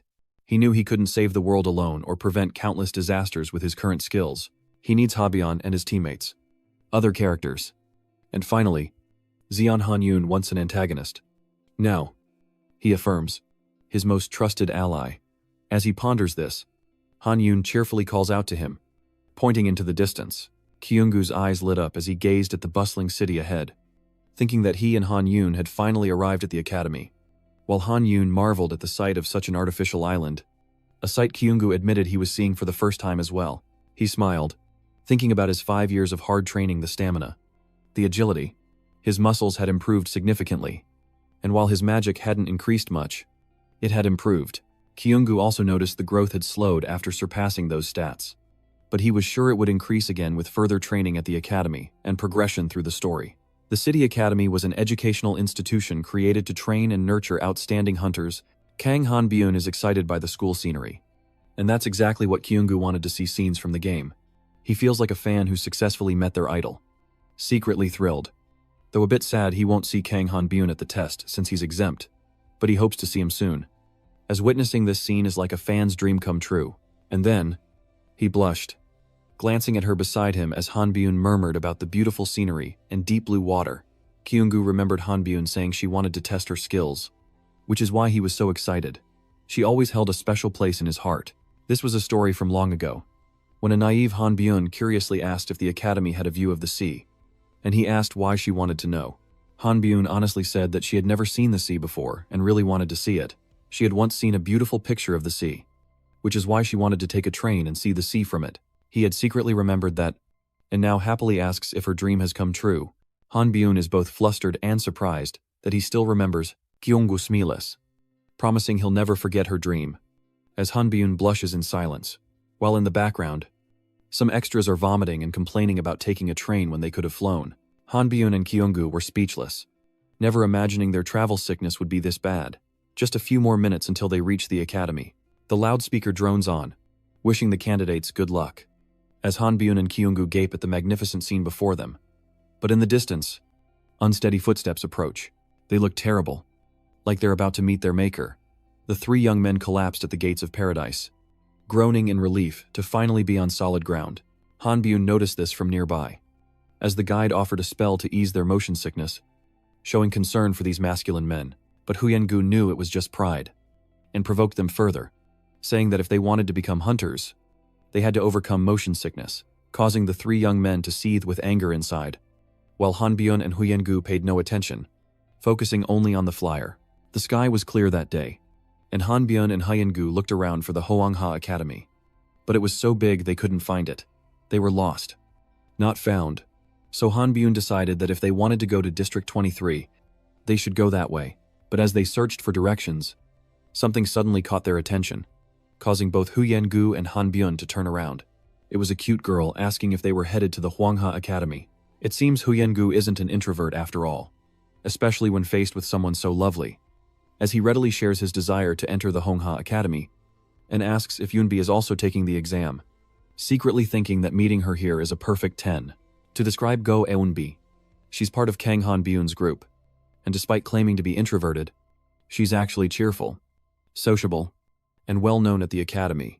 Ironically, Yoonbi denies being an extrovert because she doesn't have many friends, but too much friendliness makes people think Baisang is a deceiver, and with her ability to get along with anyone, Yoonbi could be Kang Han-byun's informant, a man often unaware of his surroundings.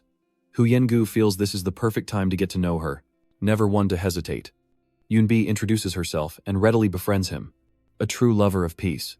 She happily calls for fair competition instead of conflict. If she were a spirit animal, she'd definitely be a puppy. Yoonbi then shows off her social skills, complimenting Ki Yoon-gu's companion on his hair, which she noticed on the train, saying it was both beautiful and strong. But Han-yoon simply hid behind Ki Yoon-gu and turned away, revealing a face as pale as death. Being bright and energetic was truly difficult for her. Hwan-gu advises him to just follow the formula, but Han-yoon is used to him, while Yoonbi isn't.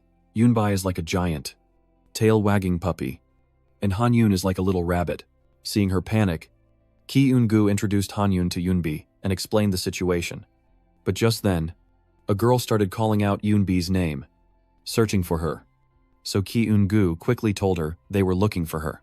Yoonbi cheerfully bid farewell to her new friends, eager to meet again, while she and Han Yoon shyly waved goodbye, thinking Yoonbi was the ultimate extrovert, with perhaps even more friends than their entire family. Just as things calmed down, Kyungu told Han Yoon it was time to leave, a sentiment echoed by the three Yu brothers. On the A23 train, everyone chatted happily, except for Han Yoon and Kyungu, who were comfortable in a crowd but not alone. Kyungu gazed at the sky, as if trying to take it all in, when suddenly, black holes appeared portals, and there were many more portals within the city academy. If the gate problem can't be solved, the erosion rate will increase, meaning the end is unavoidable. As if realizing something, Kyungu makes his decision. He can't give up. But life throws him a curveball when he's greeted by a scarred man. A terrified boy tries to run home, and Han Yuan wonders why someone would flee before the exam, guessing it's the fear of death before submitting the pledge. Reading the agreement again, Han Yuan noticed the academy wasn't responsible for any incidents, but Kyungu, ever the optimist, encouraged her to believe in herself. But Kyungu notices something else. Isn't that Se-Eungu over there? Seeing this, Kyungu is hopeful that Se-Eungu will participate in the exam since they're the same age, but they'll likely be on different teams. So we'll see. At that moment, everyone received their notification slips, and the broadcast announced for everyone to take their positions. Han Yuan is shocked to see that the exam pass is shaped like a badge, even though they said they'd issue positions in a week. But Kyungu thinks otherwise. And so, the path to becoming a hero opens, and Han Yuan knows he can't be late for this renowned annual aptitude test. The host then begins the opening remarks, officially starting the exam.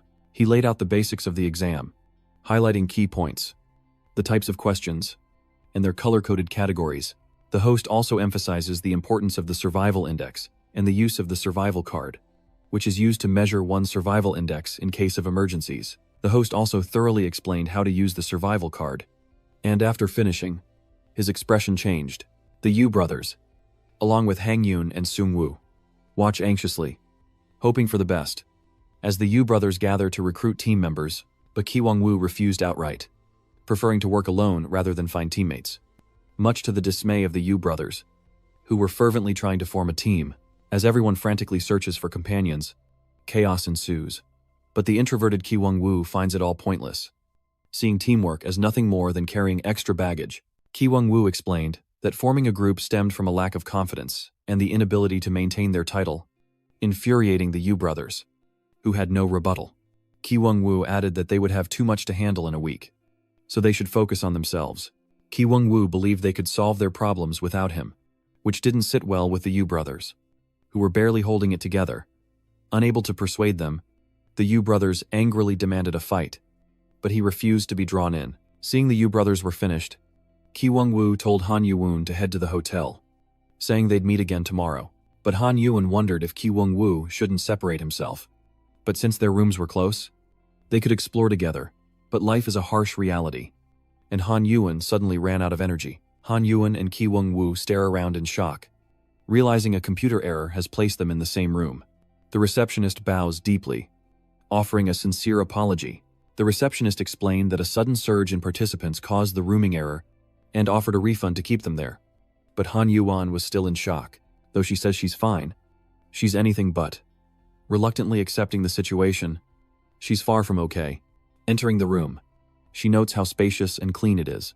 Ki Woo was grateful the room had 2 beds, but Han Yuan was already a mess.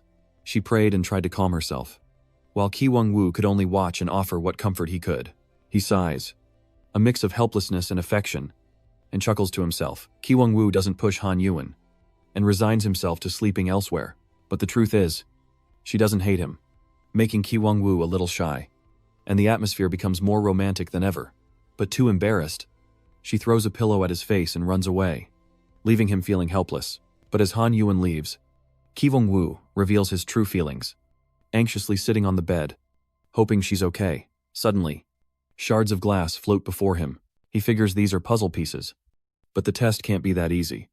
Upon closer inspection, he realizes it's a jigsaw puzzle. Gradually, he found a way to solve the problem, using his abilities to piece it back together, until finally, it formed a perfect diamond.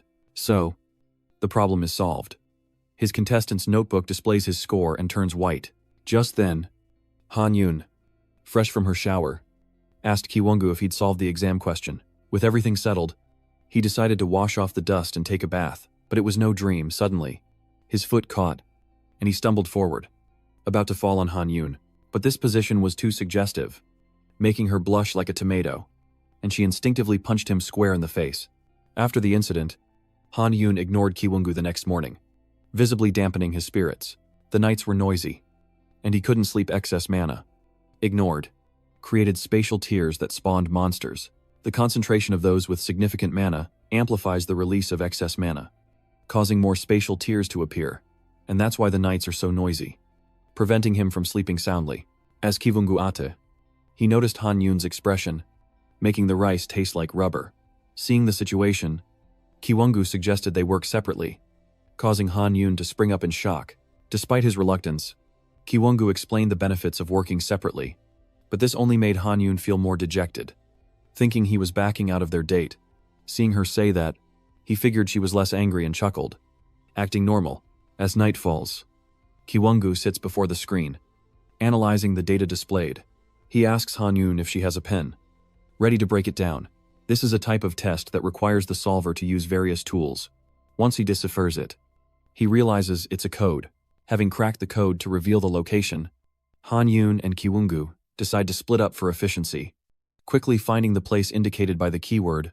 Recalling the hint, it seemed complex, but not for Kiwongu.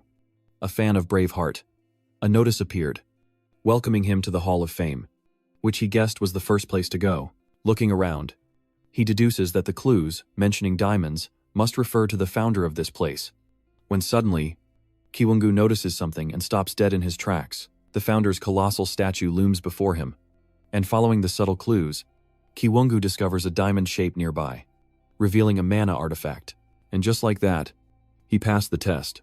Now that Kiwongu has deciphered 2 tests, he eagerly anticipates the next ones. And so, Kiwongu surfed through the trials like a wave, solving them as fast as he could breathe, a surprising ease that excited both him and Han Yul. But as more people appeared, Han Yul's expression changed as he sensed more spirit orbs appearing. Gradually, he understood that the student evaluation exam didn't just assess problem-solving skills, but also required a complete entry ticket. The relentless pursuit made it clear a complete ticket could only be obtained by taking it from someone else, making self-preservation the top priority. Receiving Kiwongu's signal, Han Yul quickly darts into a dead-end alley. Reaching the end of the line, they pause to catch their breath, but find no one around.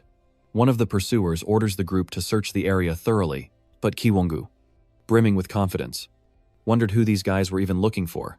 Gripping his sword, his confidence soared, ready to show them who's boss. Seeing he was alone, they were confident their numbers would win. But life is full of surprises, and a purple magic appears. Han Yul, waiting above, ambushes them, and one by one, they cower in fear. Kiwongu, riding the momentum, threatens them, asking if they really think their numbers matter against such power. A power that leaves the others shaken and terrified. Without delay, Kiwongu unleashes his magic to eliminate the bait. When all is said and done, Kiwongu tells Han Yul to quickly retrieve the exam tokens. But they resist. But those who live by theft must be prepared to be exploited in turn. Kiwongu smiles, telling them to accept their punishment.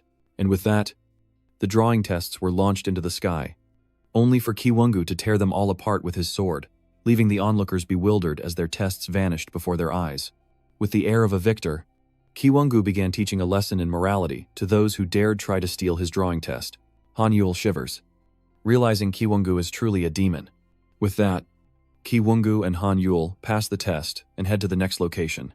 After a full day's walk, this exam, funded by Capital, is held in a vast place with many different locations. Han Yul was worried they might get lost, but thankfully, the locations were clearly marked. After a while, they arrived at the retreat center, apparently their destination. Confidently entering, Kiwongu was surprised to see so many people gathered there. With her social anxiety kicking in, Han Yul instinctively hides behind Kiwongu, as unfriendly eyes glare at them both. Kiwongu stands protectively in front of Han Yul, hoping to boost her spirits with a little provocation. But no matter what, being stared at like this is unsettling. For the sake of the keeper ticket, she'll have to endure it, because all their keeper corpses have turned black, meaning they've solved 30 questions. Suddenly, the whispers shifted back to Han Yul, making her uneasy. The harsh words cut deep, amplifying her fear and making her long to escape. She pushed Kiwongu forward, feeling embarrassed, but he saw no shame in it, in fact. She might even become more famous, but the gossip shifts from Hanyul to Kiwongu, who is initially displeased. But the praise is somewhat acceptable. But when they mentioned his past as the sword god's rabbit, he froze, speechless, unable to grasp what the rumors were aiming at. Bringing up that past is something he never wants to remember, making Kiwongu want to hide his face. But times have changed, and he's in a different position now. Recently, he's even been known as a lion. The whispers continued to swirl, making Kiwongu's blood boil as his fists clenched. Ready to strike, a voice calls out, and Kiwongu regains his composure, seeing the Yu brothers standing there. And then there was Unbi, approaching the three Yu brothers. He exchanged pleasantries with her, so Kiwongu does remember her. She confirms that they're both quite popular, partly because Kiwongu's aura is so bright. And with two such people, Kiwongu is curious who the other one is. Unbi then friendly pointed to one side of the room, whispering what she'd overheard in the crowd, a person in black with tanned skin. He doesn't seem very friendly, but apparently he's from the upright Yang family. And according to Unbi, he's had his eye on Kiwongu for a while now, but Kiwongu had no idea who he was. Surprising Unbi, who thought Kiwongu knew everything. It seems it was all just rumors. That young man is Iyang Harang, from the upright Yang family. Seeing Kiwongu watching him, Harang boldly approaches. Kiwongu wonders why, but Harang closes in, staring him down. He was a bit speechless, especially since this guy was asking about his identity in such an unfriendly tone. Harang's brow furrowed as he scrutinized him, but suddenly, his expression shifted, and he offered a friendly smile. Seeing that, Kiwongu admits it's pretty cool and hopes to make a new friend, as they both agree to a friendly competition. But thinking about their sparring, it felt like a chase, with Harang aiming for Kiwongu as a target for growth, constantly striving to reach him. Seeing this wasn't bad, Kiwongu accepted the boy before him, but the atmosphere is short-lived, as an announcement declares that anyone entering the exam room will be disqualified, and a group of students and supervisors enter with the most intimidating attitude. The proctor ordered the materials brought in, and a cart was wheeled inside. As each student association lifted their stone, feeling its weight in their hands, leaving Kiwongu curious about the stone before him. Seeing this, two students holding stones turned to look, their faces full of anger. They glared at the newcomers before them, causing one of them to burst out laughing. Seeing this, the supervisor turned away, shocking the student into stunned silence, before mercilessly eliminating him for his predictable tactics. The student council quickly arrives to find the young man foaming at the mouth on the floor, in a rather awkward position, leaving Kiwongu hesitant. But the person he was worried about had just sent him 3 messages. He guessed that on the other end, his sister was probably making strict evaluations, and perhaps many more would be eliminated next. The supervisor announced the engine's activation and ordered everyone to step back. And Kiwongu realized the cubes the seniors brought out were actually a machine. Now glowing, they transform rapidly upon activation, startling Hanyul and Kiwongu. As the cubes become solid stone walls, the supervisor announced that these doors must be opened by the examinees themselves. Success means passage. Failure means élimination. Meanwhile, the student assistants prepared the cubes, and this test could be repeated multiple times. And now, the test begins. Meanwhile, every move of each participant is displayed on the screen, and the audience marvels at the sudden surge in successful attempts. Inside the testing room, everyone struggles to push open the doors, as elimination announcements echo relentlessly. The reality of the situation is disheartening, but the student data analysis offers a glimmer of hope that more will pass. Suddenly, a scream that could wake the dead echoed through the arena as Harang unleashed his power, obliterating everything in its path. Everyone is astonished by this immense power. Truly the descendants of the Yang family. Harang passes the test. But one question remains. Why did he only open 4 gates with such power? But to open the 5th gate requires immense power, and opening 4 is already impressive. Yet, besides Harang, others from prestigious families have opened 5 gates. As expected, the children from prestigious families have great potential. Unbi seems happy to have passed and looks at everyone. These children truly have a lot of potential. But suddenly, the observer notices something as Hanyul steps forward, eager to test her own strength. Her hand on the door, a colossal power awakens, leaving everyone stunned by its sheer density. And just like that, Hanyul easily opened the door, leaving the gatekeeper stunned. barely able to announce her passing, wondering how she did it so easily. They wondered what family she came from to open it so easily. As the mysterious figures gathered, they realized she was Professor Hong's disciple. So, Han Yule is the disciple of the seven-colored sorcerer, but Professor Hong just smiles kindly, saying it seems he has a connection with all his disciples thanks to Han Yule. But after passing through, Han Yule shyly hid behind Kyungu to look at the stats, worried she'd be scolded for not practicing hard enough if she couldn't open the door. Not to mention, Na-84 was considered very strong among mages. Kyungu playfully teases her about her shyness, only making Han Yule even more bashful. Before confidently approaching the door himself, from afar, it looked tiny, but up close, it's massive. Without hesitation, he places his hand on the door, power at the ready, and just like that, Kyungu easily opened the first door. Then the second, as everyone watched. Then the third, all eyes were on him, and with each subsequent door, Kyungu had to exert more and more strength. If the fourth door was already difficult, what would the fifth door be like? Standing before the fifth door, Kyungu felt an urge to avoid it. When an urgent announcement ordered the candidates to withdraw their mana or risk an explosion, but the situation was rapidly deteriorating, throwing Kyungu into a panic. Suddenly, a thought emerges. He needs to listen to himself and overcome his fear. With newfound power, Kyungu finally opens the fifth gate, unsure of what's happening. Everyone is thrown into confusion. The fifth door was unresponsive, but now it's open. They need to check if it's been damaged. Among the mysterious figures, Professor Hong silently pondered something. The door wasn't broken at all. It was just that Kyungu had used Han Yuan's magic to amplify his own, deliberately putting himself in danger to unlock his limits. At his age, Professor Hong had never seen anything like it. Everyone in the exam room was in disbelief, as Kyungu tried to assure them that he was fine, but Han Yuan scolded him for his recklessness.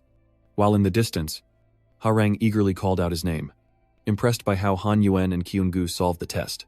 Seeing her rush towards him like a royal concubine to her emperor, Kyungu was a little scared. Still, Harang enthusiastically invited him to eat together, and so, Kyungu and Han Yuan passed the exam. And the next test, the road to Mount Anji, began with an announcement. Everyone was focused on the goal, running as fast as they could, while the announcement continued to echo, ensuring the examinees understood the rules. Every contestant, including those from the great clans, gave it their all to complete the test perfectly, which was divided into levels with time limits measured in minutes. Now, let's hope the examinees complete this with joy. But before long, a scream erupts as a log hurtles towards them. Han Yuan feels like he's about to die. Startling Kyungu, who has been observing the test and deducing the fastest solution, looking at the waterfall ahead. It seems to hold the answer to this trial. Suddenly, Kyungu glances down and notices something. It's an iron sign with an arrow, like a trap. Seeing this, he understands the problem and smiles like Miss Nan. He's figured out how to pass this test. Time is running out, and everyone is worried with only 10 minutes left until the 4-hour mark. Meanwhile, the prestigious mages were already making smooth progress, impressing the proctors with their exceptional skills. Suddenly, a loud cry echoed through the mountains as someone fell into a trap. While Han Yun and Kyungu struggled just as much, they clung on, timing their moment perfectly. And Kyungu signaled to Han Yun that now was the time to strike. She unleashed her power, and with only 4 hours to spare, they finally made it through, collapsing on the ground, utterly spent, as if they'd already met their maker. Reflecting on the earlier test, he needed to sense danger to activate his evasion instinct, and some of the traps forced them to follow a set path, making the test take longer for Han Yun and Kyungu. And to make matters worse, Kyungu was sent flying into the air at one point, yet they still managed to pass with flying colors. With everything finally done, he returned to his favorite cafe. Appreciating its decor, he always felt comfortable and even a little happy here. Despite it being from his past life, suddenly, someone arrives to congratulate Han Yun and Kyungu on passing the test, asking Han Yun if he's prepared for the third round at Seoul. Both are happy to see her, especially Kyungu. While Han Yun just stares blankly at the two of them, they all sit down to enjoy tea, and Seoul gently asks how her younger siblings are doing, leading to a warm conversation. Kyungu is genuinely happy to respond to Seoul and ask about her current situation, but Seoul couldn't reveal any more information about the upcoming exam, as that would truly be cheating. So out of love, instead of giving them answers, Seoul chose to give them advice, which they eagerly awaited. Seun analyzes data from past practical exams and the conditions within the tests, especially the 4th and 5th rounds for Kyun-gu and Han Yoon, leading Han Yoon to deduce that physical or magical attacks will be used against monsters, which is entirely possible. After receiving Seun's advice, both Kyun-gu and Han Yoon felt much more confident, while Seun quietly sighed, hoping her younger siblings would pass the test. They talked until it was time to part ways, Seun carefully reminding Kyun-gu and Han Yoon to be wary of hidden dangers, especially at night in the academy, which was unlike the outside world. Suddenly, a blood-red eye appears from the darkness, and a demon approaches the people, curiously seeking candidates for its doll. The next day, at Dimensional Association Hall 206, all examinees were ordered to gather as the proctor began to announce the details of the 3rd and 4th tests. Kyun-gu realizes that from now on, they won't be returning to the dorms. But living beyond the gate, something must have happened. Rumor has it that those who commit serious crimes or betray the Hunter's Code are called villains. Some even replace their hearts with special crystal shards. A most inhumane act of magic. These beings have red eyes and seek mana from living creatures, having lost nearly all ideals, the most infamous of them being the deceitful witch, Lee Ga-yeon. And now, she officially enters the game. If so, last night was the perfect time to snatch a student's body. As the weaker students had just been eliminated, Kyun-gu relentlessly tries to deduce Lee Ga-hyeon's actions, concluding she's a dangerous individual who collects and hunts talented students. If that's the case, he needs to be ready. A notice appears, informing him that he has entered the exam, but all was for naught, and he faced the demon beast in dismay. This dark and ancient exam space offered no sign of Lee Ga-hyeon, but thanks to that, Han Eon and Kyun-gu easily passed the test, ranking at the top. Shocking everyone watching, Kyun-gu struggled to stay alert, analyzing Lee Ga-hyeon's potential appearance, and as the other examinees awaited the final test, he turned to observe it closely. If he and Han Eon couldn't face Lee Ga-hyeon alone, they'd have to seek help perhaps from Kang and Buell's group. Seeing Harang's agreement, Kyun-gu, still unadjusted, wanted to curse, but it was a perfect opportunity to defeat Lee Ga-hyeon's clone and weaken her. Just then, a foot appeared, and everyone began the 5th test, and the explainer will be GAM Kang Academy's president, the Star Witch, President So Hyun. Seeing the president's aura, everyone was surprised because of her reputation. She's extremely powerful and cool. The president's soothing voice echoed throughout the hall. Hyun was recognized as an incredibly powerful mage, and for good reason. She possessed a magical weapon, a satellite orbiting the Academy City. Furthermore, she was a key figure in one of the bad endings, making her a formidable opponent, and not of the same generation as his grandfather. So Hyun was not someone to trifle with. But damn, he realized this appearance had distracted him too much, and he needed to focus on the exam. By the time Kyun-gu regained his focus, Hyun had begun explaining the test. And if Hyun herself created this test, it was going to be tough. Slowly, Hyun revealed the test to the candidates, a token war. She explained the rules, and Kyun-gu sensed that, even though the explanation sounded simple, nothing in life is free. Looking at his phone, he's drenched in sweat. As the scoreboards are transparent and the stats are clear, she further explains that if a 100-point body is chosen, regardless of color, contestants must collect bodies totaling 200 points, including their own. Gently pressing a button, the system displays the terms to be understood in this test. Hyun focuses on analyzing the strategy she needs to pass the test. When an announcement declares the test has officially begun, and the black aptitude candidates will go first, Kyun-gu now contemplates how to capture Lee Ga-hyeon's doppelganger. Analyzing his opponent like a book, and knowing her madness turns people into puppets. He's determined to stop her before she destroys everything. Han Eon turns to Kyun-gu with the battle plan, but he remains ever optimistic, leading her to wonder if he'll be alright without her. Yet Kyun-gu is instinctively optimistic. It certainly raises suspicions, but just as he was getting excited, Kyun-gu suddenly calmed down. Han Eon wondered, what if they were being deceived? But Kyun-gu simplified it, just defeat them. A notice then appeared, informing them they'd entered the Golden Gate, a space of pure azure. Kyun-gu eyed the sign, a bit skeptical of the gate's investment, and decided to return to the island's center to find the other contestants. Fearing Lee Ga-hyeon might have taken over someone else's body, following the path through the forest, Kyun-gu pondered the possessed contestants and those who might share his will, however few they may be, when he suddenly noticed something strange. A scythe of death hurtled toward him, and Kyun-gu barely managed to dodge it. The scythe swung relentlessly, and he braced himself to strike back. But his opponent recognized him as a fellow contestant and immediately launched a support attack. It was none other than Yui Ri from the Refinement clan. But she looked a little worn. Recalling the past, he first met Yui Ri during the 4th exam. She had approached Kyung-gu at an event, wanting to get close, and he easily won her over by being talkative. But it's surprising she still calls him by that nickname, and it's dangerous to let her attack so suddenly.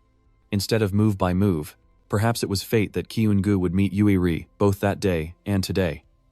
A coincidence, but not really. Yui Ri must think they're destined for each other. Hearing this, Kyung-gu could barely manage a strained smile as he steered the conversation toward finding a place to hide. And as he turned to leave, Yui Ri immediately demanded to know where he was going. Her face twisted with a hint of darkness, hinting that they were in the middle of a test, her voice growing more threatening as she questioned why he would leave just as they met. The white-haired woman, wielding a massive scythe, exuded power as she pointed it forward, taunting the protagonist to a one-on-one duel, saying that his departure would ruin the fun, her mysterious purple eyes gleaming. She reveals she witnessed our hero's battle with the final boss rabbit, and she insists on a duel. Or the game won't be fun. She pulls her scythe forward, brimming with confidence. Certain of her victory, Kyung-gu steps back, gripping his sword tightly. A fight is inevitable, and he's equally confident he'll defeat her and claim the 200 points. Elsewhere in the competition, someone clutches a pile of points, surrounded by a sing-song voice, but it's less mermaid, more horror movie. With her spoils in hand, the brown-haired girl turns and walks away. Feeling like this competition is too easy, since no one can beat her, people lay scattered on the ground, defeated by the brown-haired girl, who may look small and cute, but is definitely not to be trifled with. To her, these kids just aren't up to par, merely small fry to collect points from. But there are a few targets who are acceptable. First, the child from the Yi family. All talk and no game. Next is a child from the Cha family, a pretty girl with striking jade green eyes. It turns out, inside the brown-haired child is an old woman with white hair and a terrifying smile. Ah, he's eyeing those two kids, planning to turn them into puppets. Now, back to the main character's fight with the white-haired woman. White hair unleashes a flurry of attacks, relentlessly slashing forward as our hero desperately dodges. Her massive scythe swings wildly if Kyung-gu doesn't react quickly. He'll be sliced sashimi. To Whitehair, dodging like that is no different than running away. But Kyung-gu has calculated everything. He's just fighting according to his own tactics. The scythe whistles past, costing Kyung-gu a few strands of hair. One wrong move, and he'll be visiting the underworld. The white-haired woman's scythe techniques are truly refined. Kyung-gu is exhausted from dodging, and decides to end the battle while she's thrown her scythe and is unarmed. But the white-haired woman gives a dangerous smile, revealing she has more skills to show. With that, her white hair transformed into a pair of muscular arms, each fist capable of ending a life. The white-haired woman declared she would end the battle and claim victory. The hair hands lash out at Kyung-gu, forcing him to retaliate, leaving him no room to dodge. But Kyung-gu is no ordinary opponent. He raises his sword with a smirk, and it's clear this is no ordinary blade. The lion's paw is unleashed, severing the white-haired woman's locks and disabling her hair-formed hands. She realizes Kyung-gu is one of the sword gods of the Du family, a title of immense prestige. With his abilities, that last move was no problem at all. The white-haired woman immediately gets serious, and the battle intensifies. Clutching her scythe, she warns Kyung-gu not to celebrate too soon, as she's no longer holding back, while Kyung-gu, brandishing her exam badge, confidently declares their battle is over. So, he used the haircut as an opportunity to snatch her badge. It's only now that she realizes her badge was stolen. Now she understands why Kyung-gu went to such lengths to cut her hair. Though the battle is theoretically over, Kyung-gu worries that the white-haired girl will get angry and try to fight him for her badge. As if reading his mind, the white-haired girl says she has no intention of fighting. She's not a child who would throw a tantrum to get her badge back, and she readily admits defeat, surprising Kyung-gu with how easy it all was. Whitehair says that because her exam badge is black, no one would dare mess with her, making the exam boring. Kyung-gu can't believe her reasoning. After exchanging pleasantries, Whitehair bid Kyung-gu farewell and wished him luck, hoping to see him again at the academy, adding that fighting him would be no fun. Kyung-gu stammered a reply and bid her farewell, wondering if he had enough points to pass, when a voice announced that with a total score of 200, he had reached the minimum score just 1 hour after entering. Kyung-gu wondered how Hanyun was doing and if she was alright, Meanwhile, Han Yun gently advised her opponent to stay still to avoid further injury, suggesting she conserve her strength. The red-haired girl lay in a heap on the ground, covered in wounds, still unable to believe her defeat. It was Min Aaron of the Min family, and Han Yun was now healing her, but she still couldn't accept the outcome of their battle. Aaron, confident in her surprise attack, believed victory was assured, attributing her loss to Han Yun being the disciple of the seven-colored witch. Han Ayan chuckled, saying M only countered because Kyunggu told her to be wary. Someone as gentle as Han Yun would never attack anyone. Since Aaron had so many badges, Han Yun asked for just one, saying she deserved a little something for her efforts. Irene begged Han Yun not to take her badge, but Han Yun, always one to follow the rules, gently refused and wished her a speedy recovery. Watching Han Yun walk away, Irene was left in despair. Aaron, who always yearned to be at the top, broke down in tears at her failure. And so, the first day of the 5th round came to an end. The next morning, the sky was clear, the dew glistened, and Kyunggu stretched and yawned after waking up. Just then, the system announced at 9 a.m. that all badges would be displayed within a 500-meter radius. Looking at the map, Kyunggu decided he needed to move to a crowded place, smashing the street to find Lee Gai-eun's house number. He felt the map was only good for showing badge locations, since everyone else would be gathering at the same spots to hide their badges anyway, but with no other options. Kyunggu opened it and decided to just go. Meanwhile, Hanoan, running for her life, laments that the game never ends. But despite her frantic state, she's collected quite a few badges. Suddenly, remembering Kyunggu, she frantically searches around, wondering where he is. She even muttered about a supply drop at noon, wishing they could meet up. A blonde girl overheard her, exclaiming something, and Hanoan finally noticed her, bathed in sunlight. The girl radiated a dazzling aura. Hanoan realized in astonishment that this was the princess. Legend has it, 200 years ago, during a time of great upheaval, something emerged alongside the world tree, the world's empire, the Greys, and Lisa is their princess. Upon hearing the title of princess, Hanoan was thrown into confusion, terrified at the thought of having to fight one not just in the game, but in the real world as well. Lisa, ever so naturally, recognized the girl before her as the rabbit-eared girl who had made a stunning impression during the first exam, stark naked and flying about. She then approached and greeted Hanoan like an old friend, and Hanoan returned the greeting in kind. Seeing her hesitation, Lisa reassured her that in the exam, all are equal, just potatoes. But because of Lisa's status as a princess, Hanoan still took it as an order to obey. Finally, they get back to the main issue, and Lisa calls out to Hanoan, startling her. Then, she proposes that if they're not going to fight, they should become allies. Because Lisa needs someone to accompany her until she finds her heart, Hanoan was torn, fearing the trouble that might follow if she accepted. But Lisa didn't seem like a viper, and Kyunggu trusted her. After a moment's thought, Hanoan decides to keep things friendly and agrees to cooperate. A while later, the sun is high in the sky. Meanwhile, after dealing with the other contestants, Kyunggu realized it was time for the supply drop. The system gave him the location, and he immediately set off, hoping to meet up with Hanoan. On his way to the supply drop, Kyunggu plans to take both the badge and supplies from any other contestant who gets there first. After running for a while, Kyunggu spots the first supply box. But someone has already claimed it. It's an acquaintance, Go Eunbi. But Eunbi wasn't alone. She was accompanied by a group of her teammates. Kyunggu observed that Eunbi seemed to make friends wherever she went. She then asked about Hanoan, but Kyunggu hadn't met this bunny-eared girl yet. So Eunbi kindly suggested they have lunch together. Kyunggu agreed to join, and as they walked, they asked Han about their spoils, when Eunbi suddenly inquired about someone, a woman. According to her description, she acts as a judge, creating trials for others to test their abilities. Failure means losing their badge, while success allows them to keep it. Hearing this, Kyunggu was fairly certain Eunbi was talking about Lee Ga-hyun, but to be 100% sure, he asked Eunbi to describe her appearance. Eunbi replied that she looked quite petite and peculiar with a gold badge, wielded dual swords, and seemed quite tanky. Eunbi added that she seemed to be looking for the person who collected the most badges.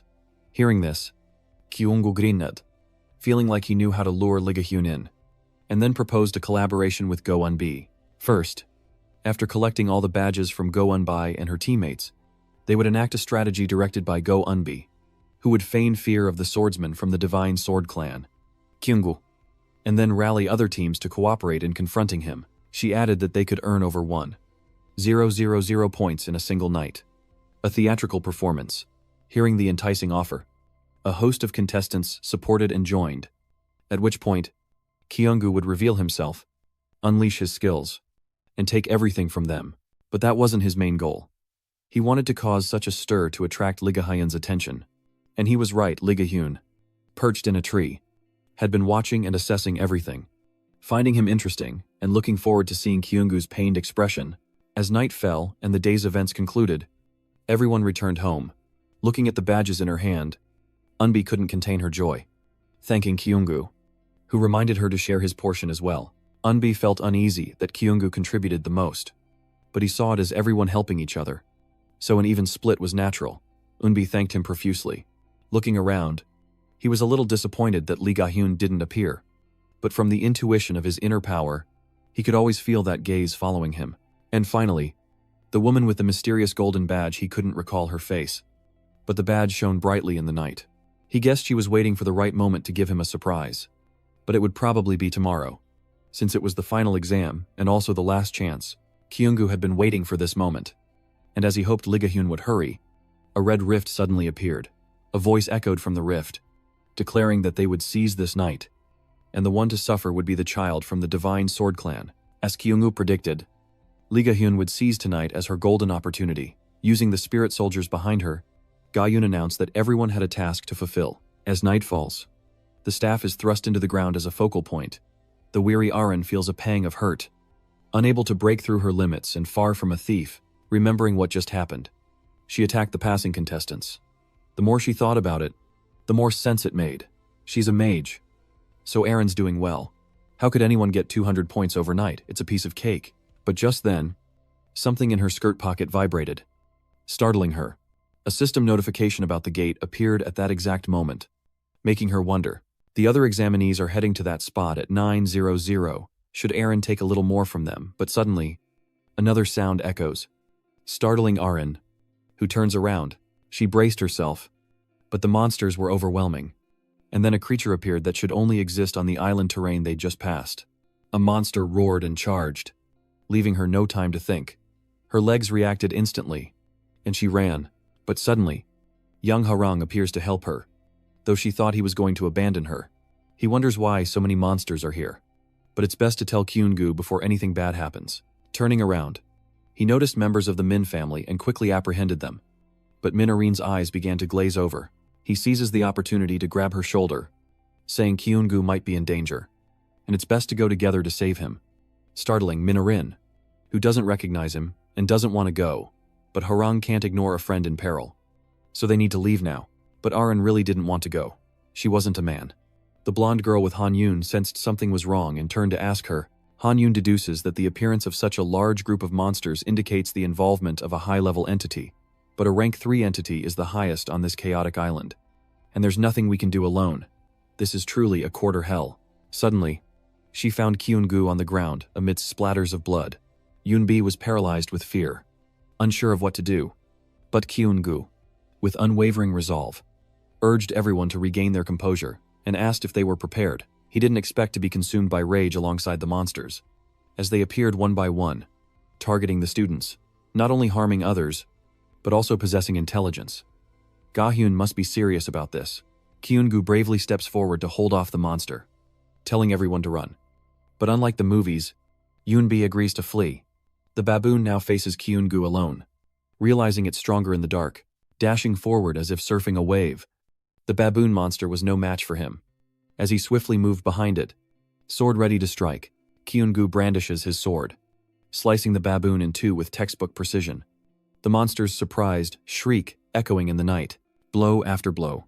The Azure Lightning sword style is unleashed, and Kyunggu effortlessly defeats the monster.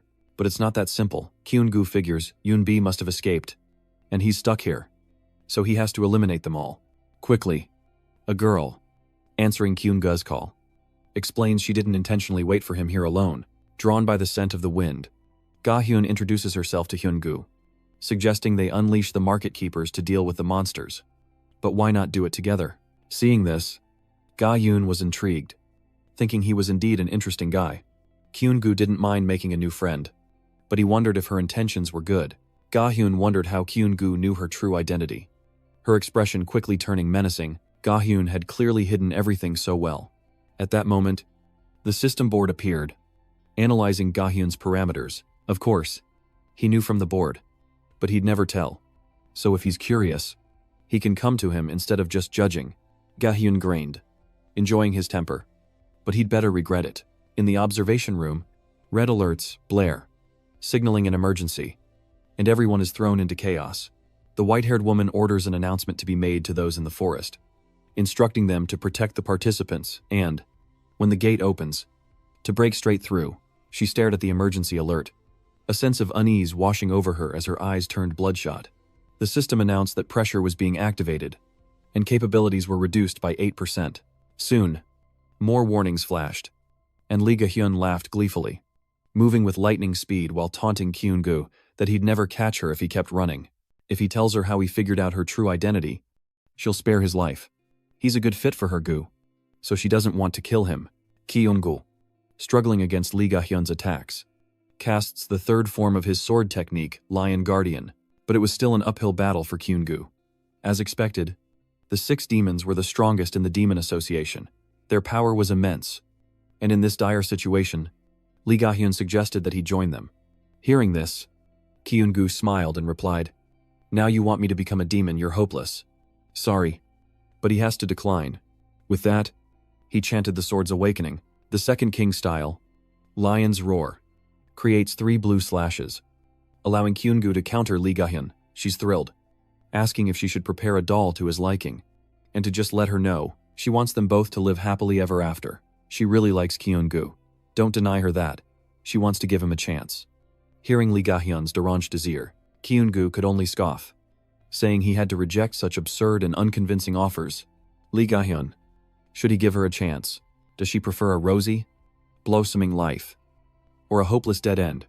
Kyun-gu unleashes his sword technique, Dialusa, creating massive bolts of lightning that strike Lee Ga-hyun, sending her into a screaming fit as she takes a critical hit and injures her leg. She's furious that he won't listen, so be it.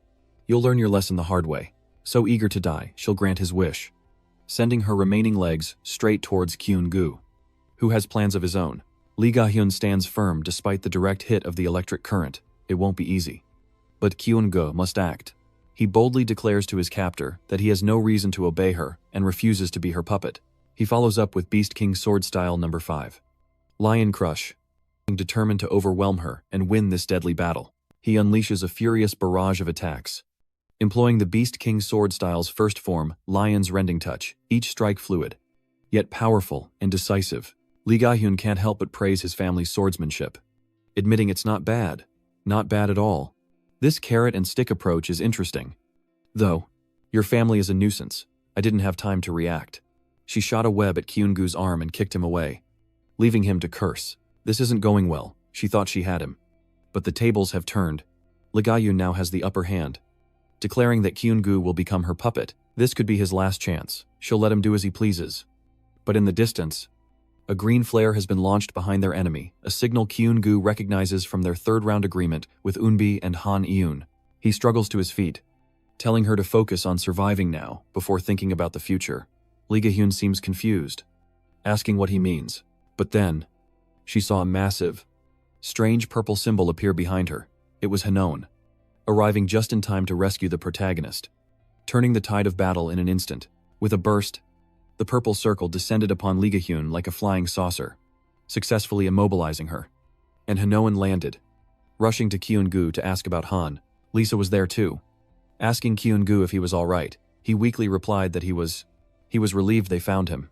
Wondering when Hanon had become so close to Lisa Gray, Kyun-gu asked if she was Lisa Gray, but she apologized, saying there was no time for introductions.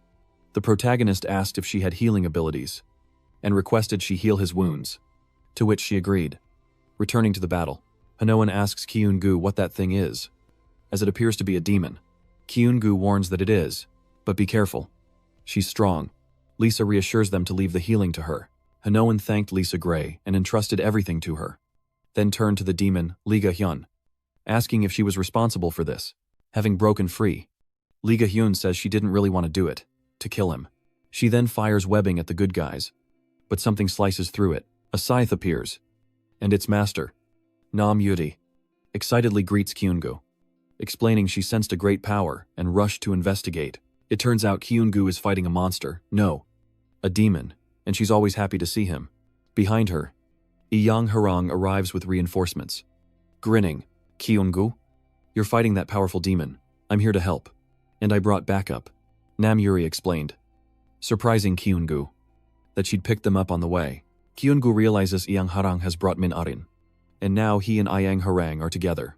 Han Yun and Min Arin, Nam Yuri and Lisa, see you later. Almost all the main characters in the game are here, and with them, this power, working together, they'd be more effective against Lee Ga-hyun than fighting alone. And Lee Ga-hyun was already losing her patience. She said with a sigh that she was having fun at first. But now this troublesome group had to show up, no matter how many chances she gave Kyungu. She'll now teach these male leads a lesson. She roars.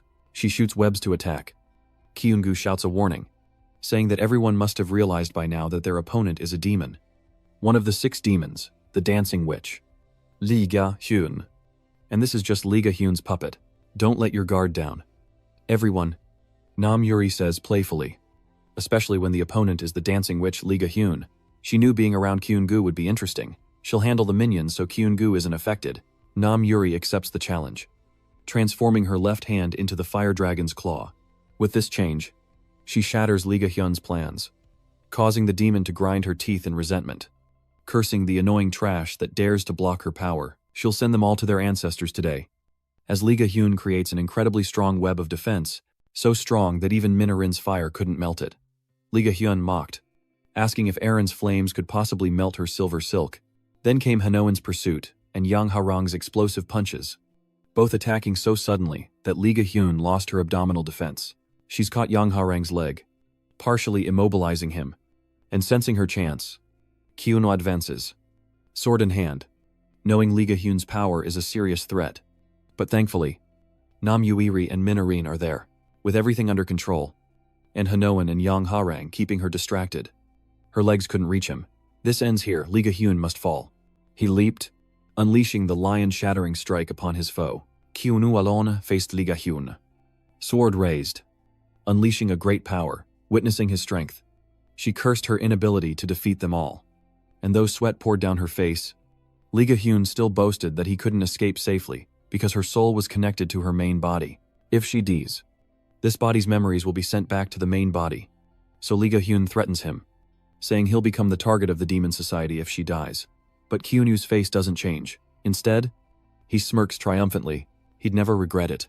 And it would only make finding her easier. Killing her was inevitable.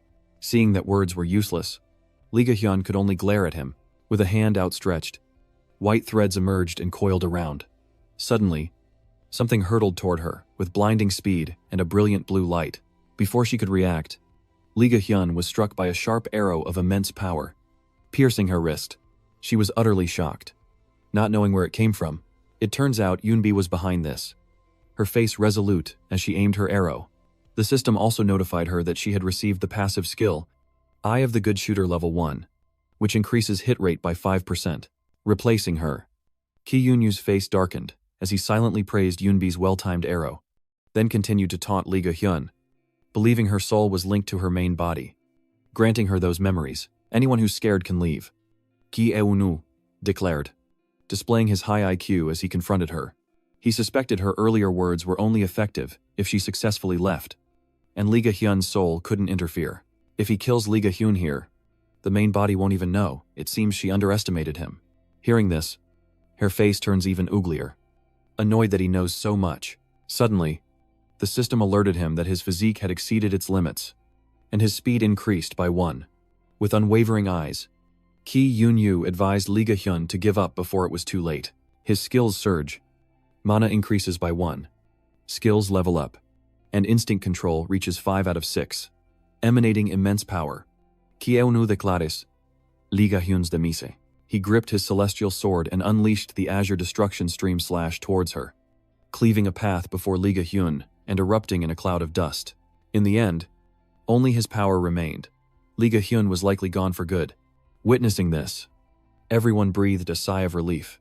and Harong praised Yunbi's skills as top-notch, but Yunbi humbly denies it, saying she couldn't have done it without everyone's support. And Harong thanks Min of the family for stepping in. Hearing this, Aaron is annoyed that he calls her that since she has her own name, while Hanoan watches the group with a mix of helplessness and amusement, smiling sincerely, ignoring the bickering. She tells Kyunyu that he did well, but Hanoan seems to have noticed something and looks puzzled.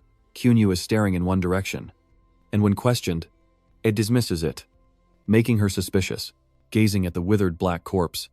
The two girls continued to discuss the absence of a soul stone within.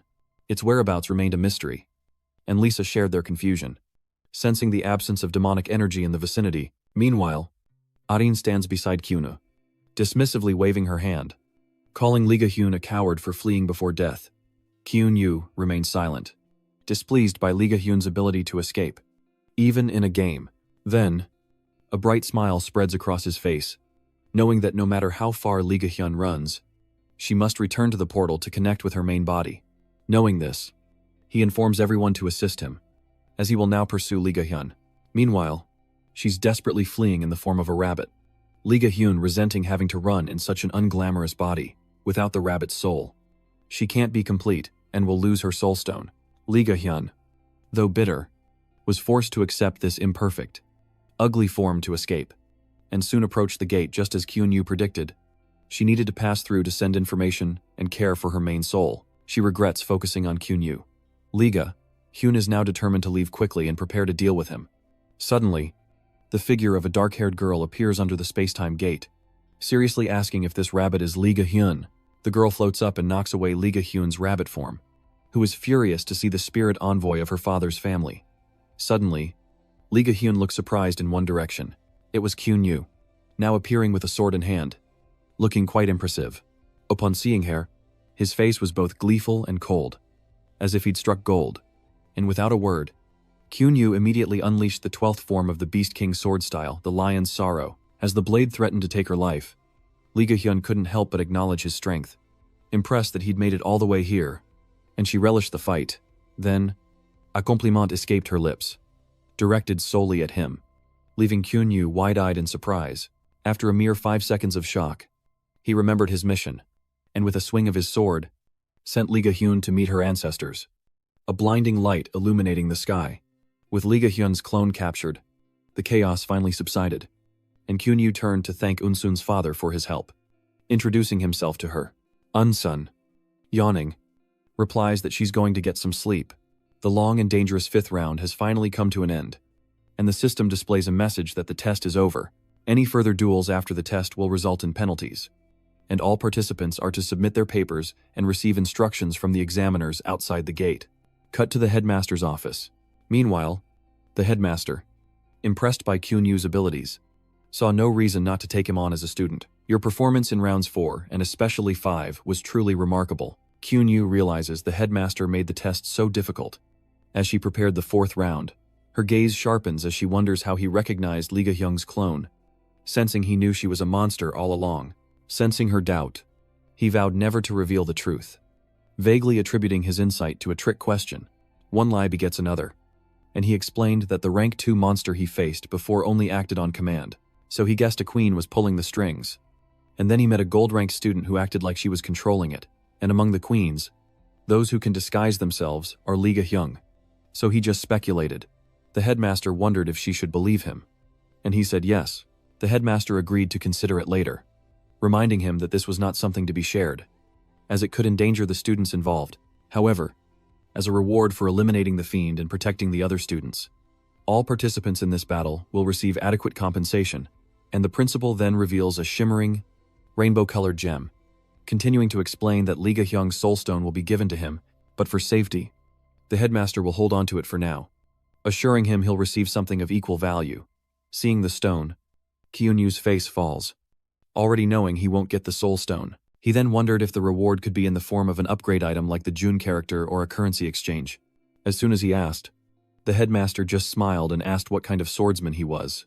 Kyunu accepts, and the headmaster presents him with a ring bearing a blue gem, wishing him continued success, the Ring of Purity, imbued with the power of the light mage Sohyun, capable of purifying impurities in the wearer's energy and enhancing its efficiency.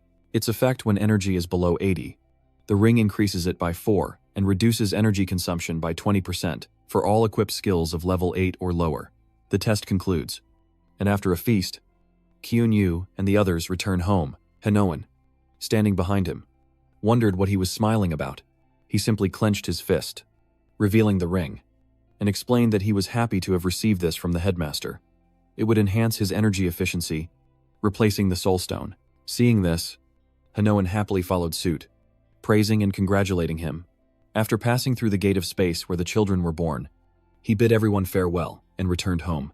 Kyun-yu and Hanoan, each with a suitcase, prepared to return home. When he mentioned the family gathering and invited her to join them for a meal, Hanoan is surprised by this turn of events. As Kyun-yu takes Hanyun's hand, a vision of their younger selves intertwining with the present, reminding him of the first time he brought her home. Their younger and older selves are similar, save for height and size. Kyun-yu is overjoyed to invite her home, and together, they become allies to prevent the world's collapse. She was as shy as ever, blushing as he took her hand and led her home.